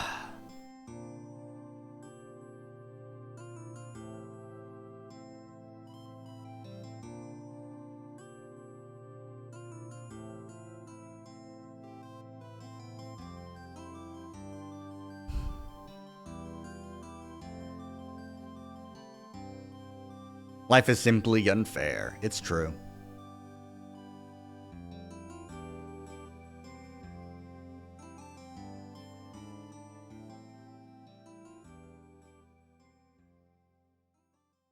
Across the game, the player is misled via a variety of ways into believing that Q, the leader of the Q team, refers to the Amnesiac Boy.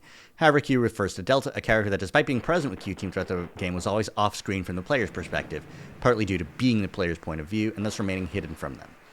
In fact, Sean is never referred to as Q throughout the entire game by any character. This all probably happened because he saw the fucked up timeline from someone he put through this hell. The issue is that in order for him to see the fucked up timeline, he would have needed to have read the mind of someone who had been through this and time traveled earlier. And that's nobody. Nobody who went through this time traveled to any earlier point in order to give the information to Delta. Like, Eric and Mira can't shift. They could transport, but that would be in an alternate history. Like, probably.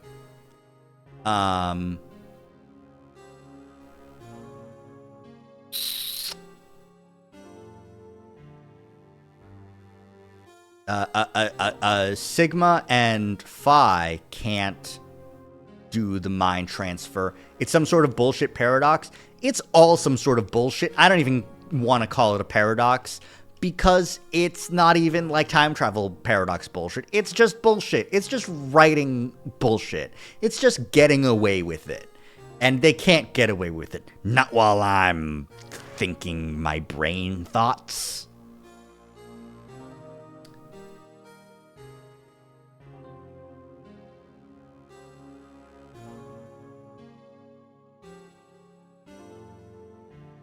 Oh, it's true. My brain is empty. It's true.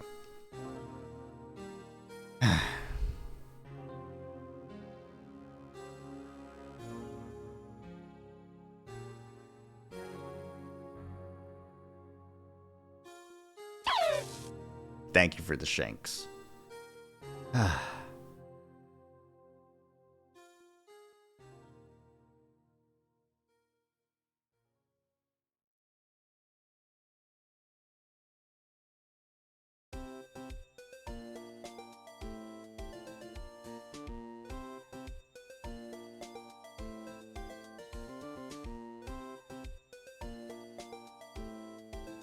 Oh, I get it. Okay.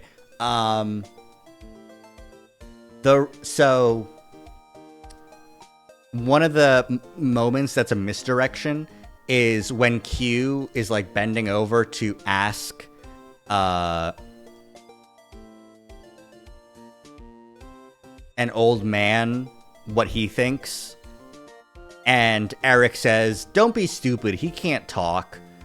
And Sean goes, "You don't know, maybe he will." He's not talking about Gab, despite the fact the camera panned to Gab. He's actually talking to Q/Delta, who's in the wheelchair.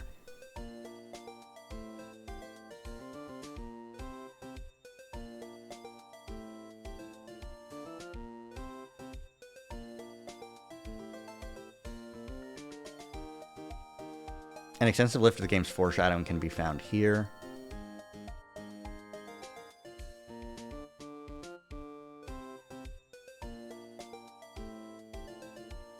Oh, that's hilarious.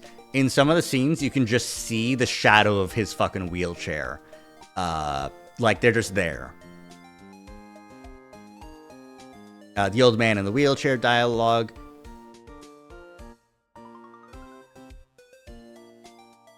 If you try to select Q in who to shoot scene, it say, put in Q's real name.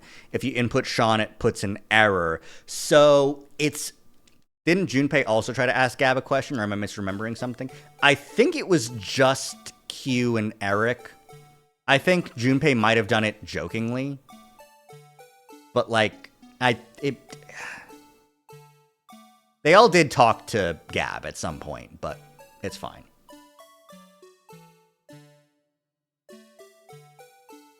Oh. But so, like, the whole thing about, like, input Q's real name and it being Sean and that not working, like...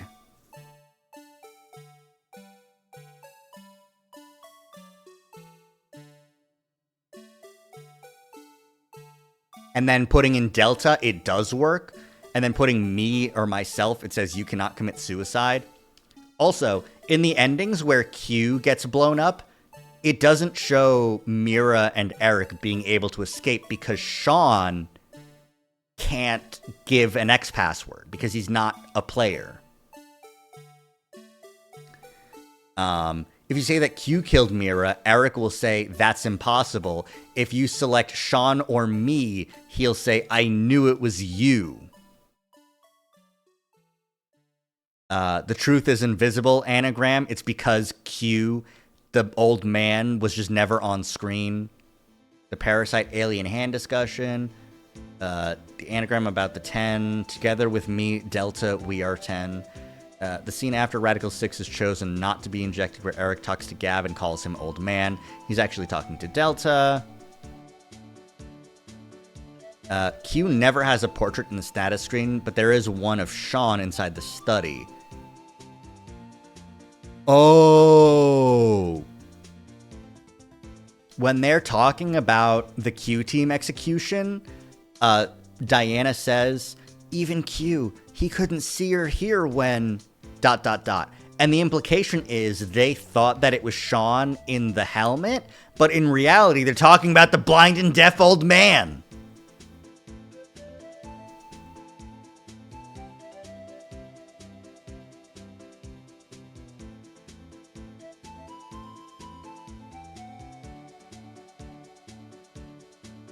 Eric is suspicious of Sean because he isn't on the X passes.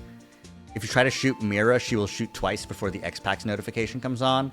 She's not shooting Sean twice. She's shooting... Right! The execution of Sean in the Mira ending where she... where you shoot at Mira and Eric dies, and then it says that Q has died, in that moment, Sean is still alive. And I was like, wait a minute. If you said that Q was deceased, why is the kid still breathing and saying something? That seems like an error. It wasn't an error. Q was a different person.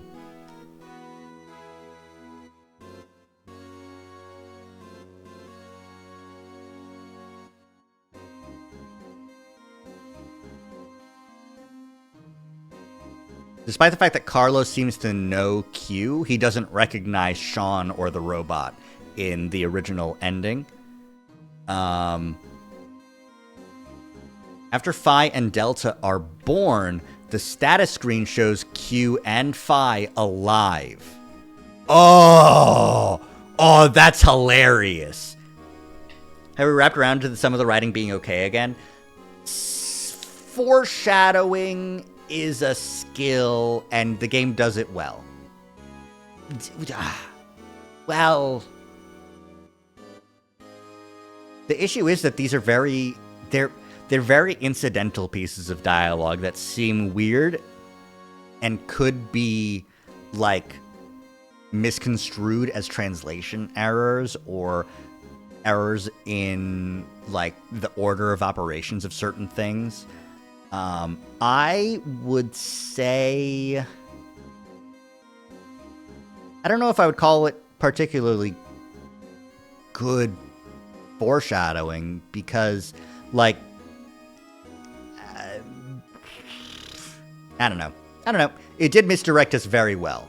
I had no idea that there was a fourth player. But apparently the status screens before and after Phi are born, like, that requires you to actually check the status screens, and it does show Q alive after, despite the fact that he died in another route.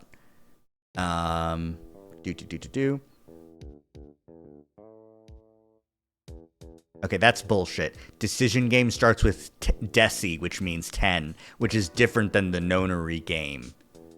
So it's the Decision game.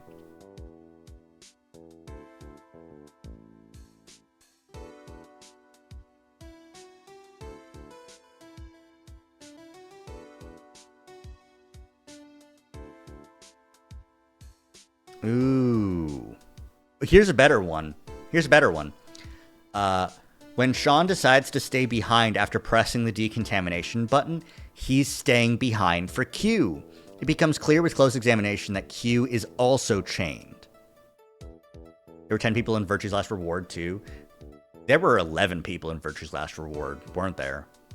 Because,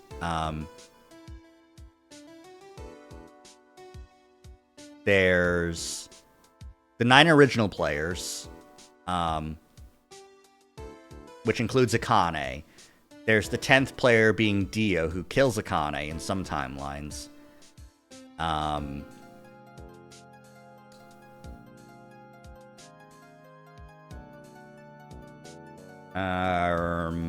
There's Gollum. I don't know if he counts.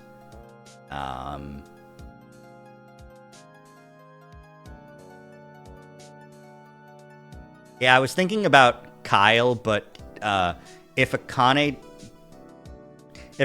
doesn't die, that's the 9 original. She gets into Kyle's suit. The original 9 players included Akane or Kyle, which means that there's 10 original players, and then Dio also comes in. No.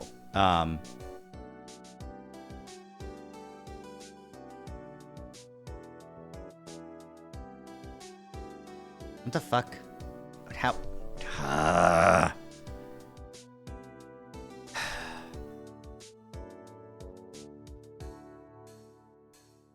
Okay. Alice Clover, Tenmyoji, Quark, Dio, K, Sigma Phi, Luna, Akane is 10, and that's it.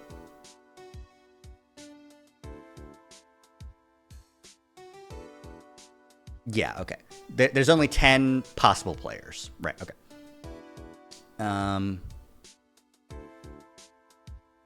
Okay, so also the timeline where Zero states that he died is the timeline where the Q team is executed. That's why he's dead.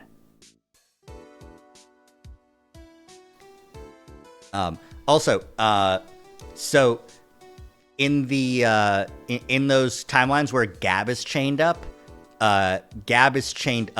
with Q.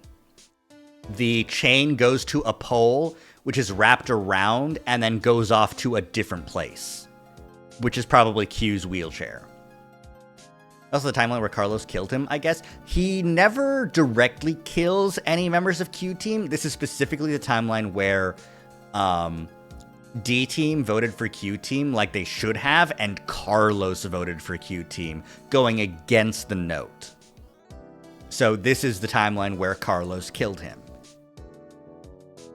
In a lot of extra quotes, you know? Right.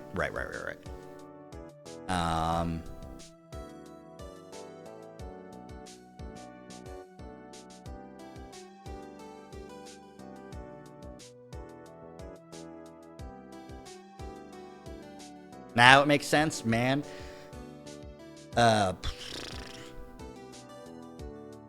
In the ending of the Contagion outbreak timeline, Sigma asks a child when he sees Sean's corpse.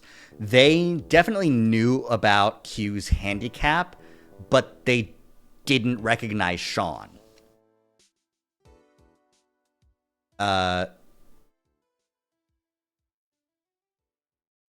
Throughout the C and D team fragments, they know Q a little bit, but they don't forget the...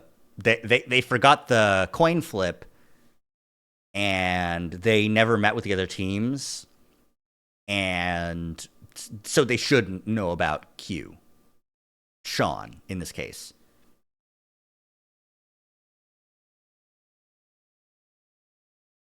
During You Are Zero, if you choose the identity of Zero wrongly and Sean is dead, Eric shoots 3 times, and there's another pool of blood, which we noticed.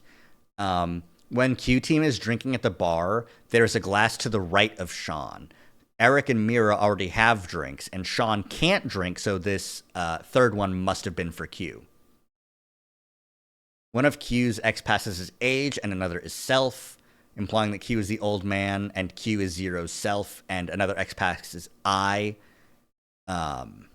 So all of Q's X passes don't really line up with Sean, but they do line up better with Old Man in a Wheelchair, who is all-seeing eye of Horus, free the soul, stuff like that. There are a lot of X's. The X door, X passes, and Q's death portrait has an X through it. X is the Roman numeral for 10. There are 10 lockers in the Monty Hall problem. In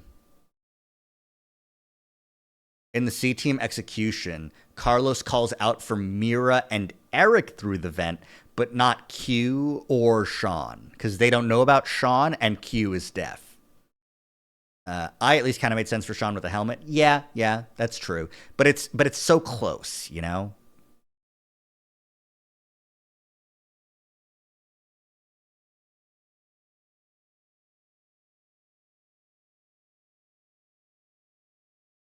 Apparently, Carlos seems to know Zero's identity in the beginning, and it's probably because he notices that Q is missing from the group that's all in the cages. When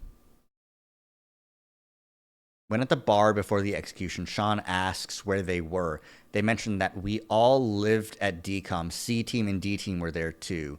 Not both of us lived at DCOM. It's all of us. All 3 of us, but they don't say it. How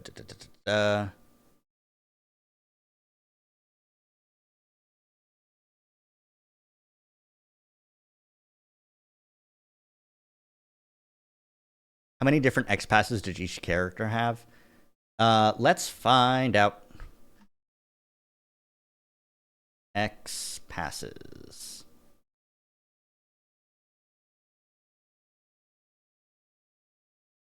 Okay, so 1, 2, 3, 4, 5. 1, 2, 3, 4, 5, 6.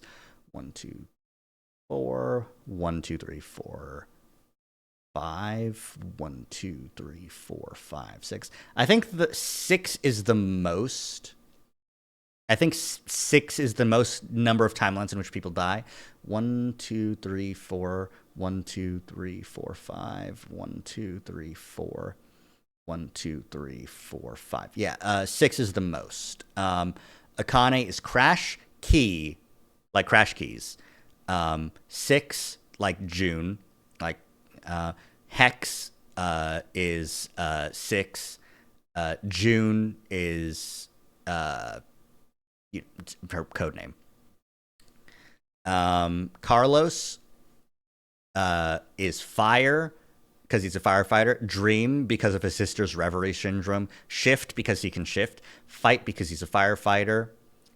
Hero because he sacrificed himself in the carbon dioxide ending. Save in the firefighter ending. Diana is blue because of the bluebird. Bird because of the bluebird. Mom because she's the mother. Moon because her name means moon, and also she dies on the moon. Eric is fool. Lake because of his lake memory. Love. Ice because he works as an ice cream salesman. Poor because he was poor after his mom died. Junpei's are 5. Quark. Ring. Jump. Hate because he's bitter in some of these timelines. Doll, again, Jumpy Doll. Mira is kill. Rip. Heart. Virgin. What? Name of one of her victims, Virginia. What?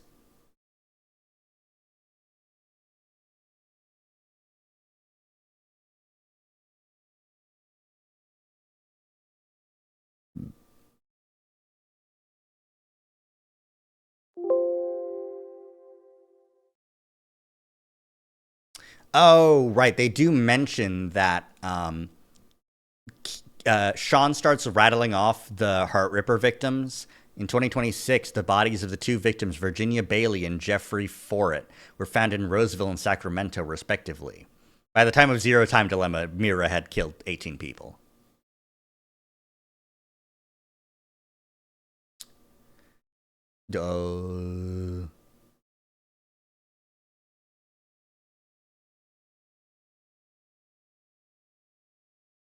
That's interesting. Whenever the Q team goes to sleep, there are 4 thumps, not 3. That's apparently an interesting little note. In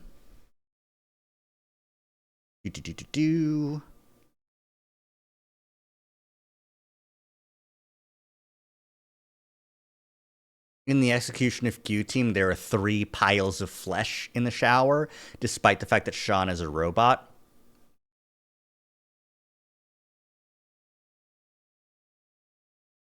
If you paid attention to the XPath board, Q's XPath being brother is, or bro, is a big thing.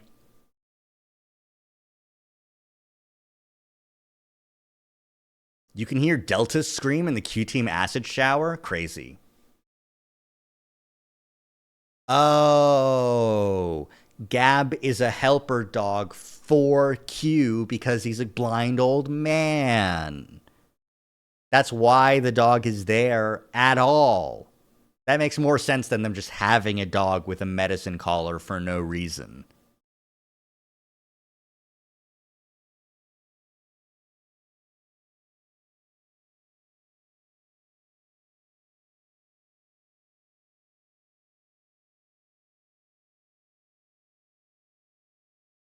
So why shoot the dog? I don't know. I'm looking up Gab in the wiki.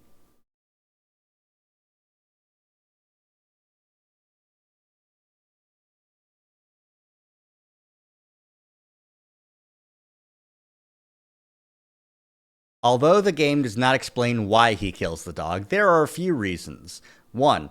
Delta knew that Gab would die a natural death in a short time anyway, as he's an old dog, which he does mention. But bullshit. 2. Gab would be killed by the shelter's explosion anyway, whether or not Delta shot Gab. 3. If Gab was alive, any participants who were too kind-hearted would not be able to shift, since they would be conflicted leaving Gab behind in the timeline to die. 4. Killing an old dog to potentially save billions of humans from a religious fanatic is worth the risk in Delta's eyes.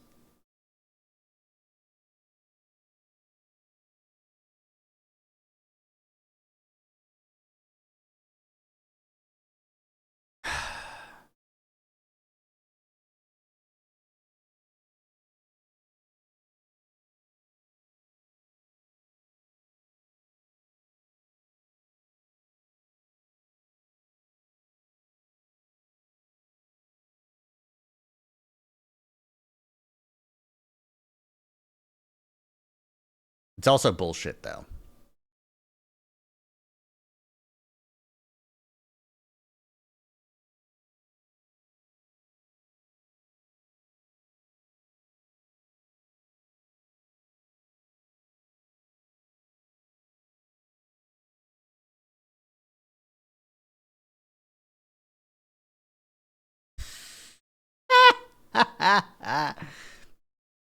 In the very beginning of the game, when everyone wants to figure out why they're in the containment room cells, Mira says someone's one night mistake, Diana,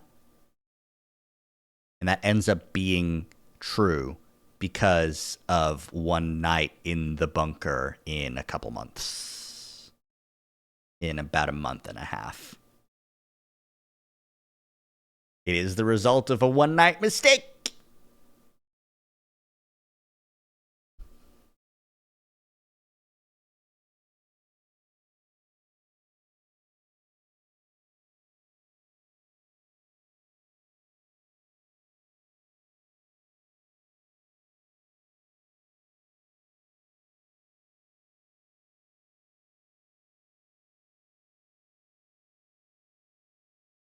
Very, very interesting. Genuinely, all the foreshadowing goes crazy. One she didn't even have yet, but because of the morphogenetic fields and time travel bullshit. There's more X passes if you want to hear them. Phi is red because she's actually a redhead. Phi is twin because she's a twin. Phi is dear because she's dear to Sigma and Diana. Phi future because she's from 2074 and time as well. Q is I, self, age, and bro. Sigma is milk, which is his surname Climb reversed.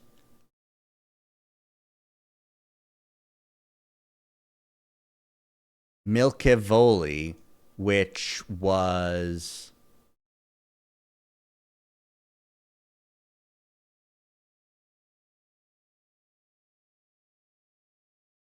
the password to one of the other like things.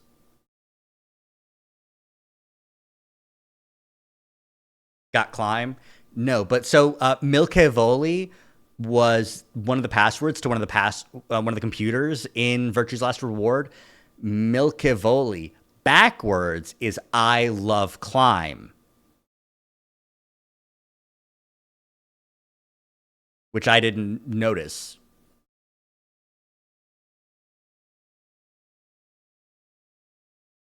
Sigma's also old.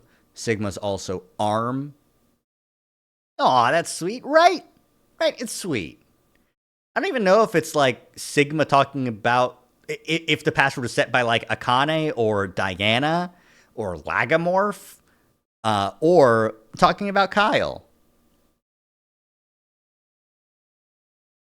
Sigma is old or arm because of his, arm. Sigma is fate because he is fated to cause the Radical Six outbreak and is the father of Zero. And Sigma is dad, too, because, fucking A.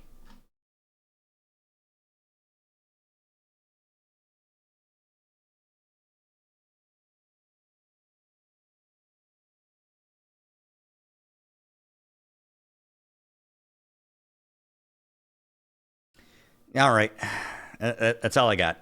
I'm bone dry on Zero Escape bullshit.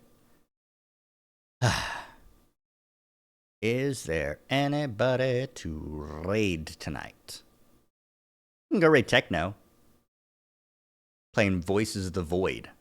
What an interesting series. Interesting is one fucking word for it. Yep. Another word is bullshit. I hope everyone has a good rest of your night. Let's go say hi to Techno. Even the bad parts are still kind of interesting. Yeah, that's the biggest thing. Let's raid with this message. Go ahead and copy this.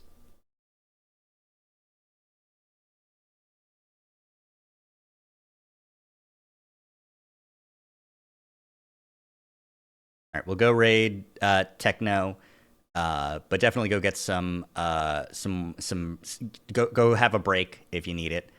And I hope to catch you all next week, hopefully. Have a good one. Bye.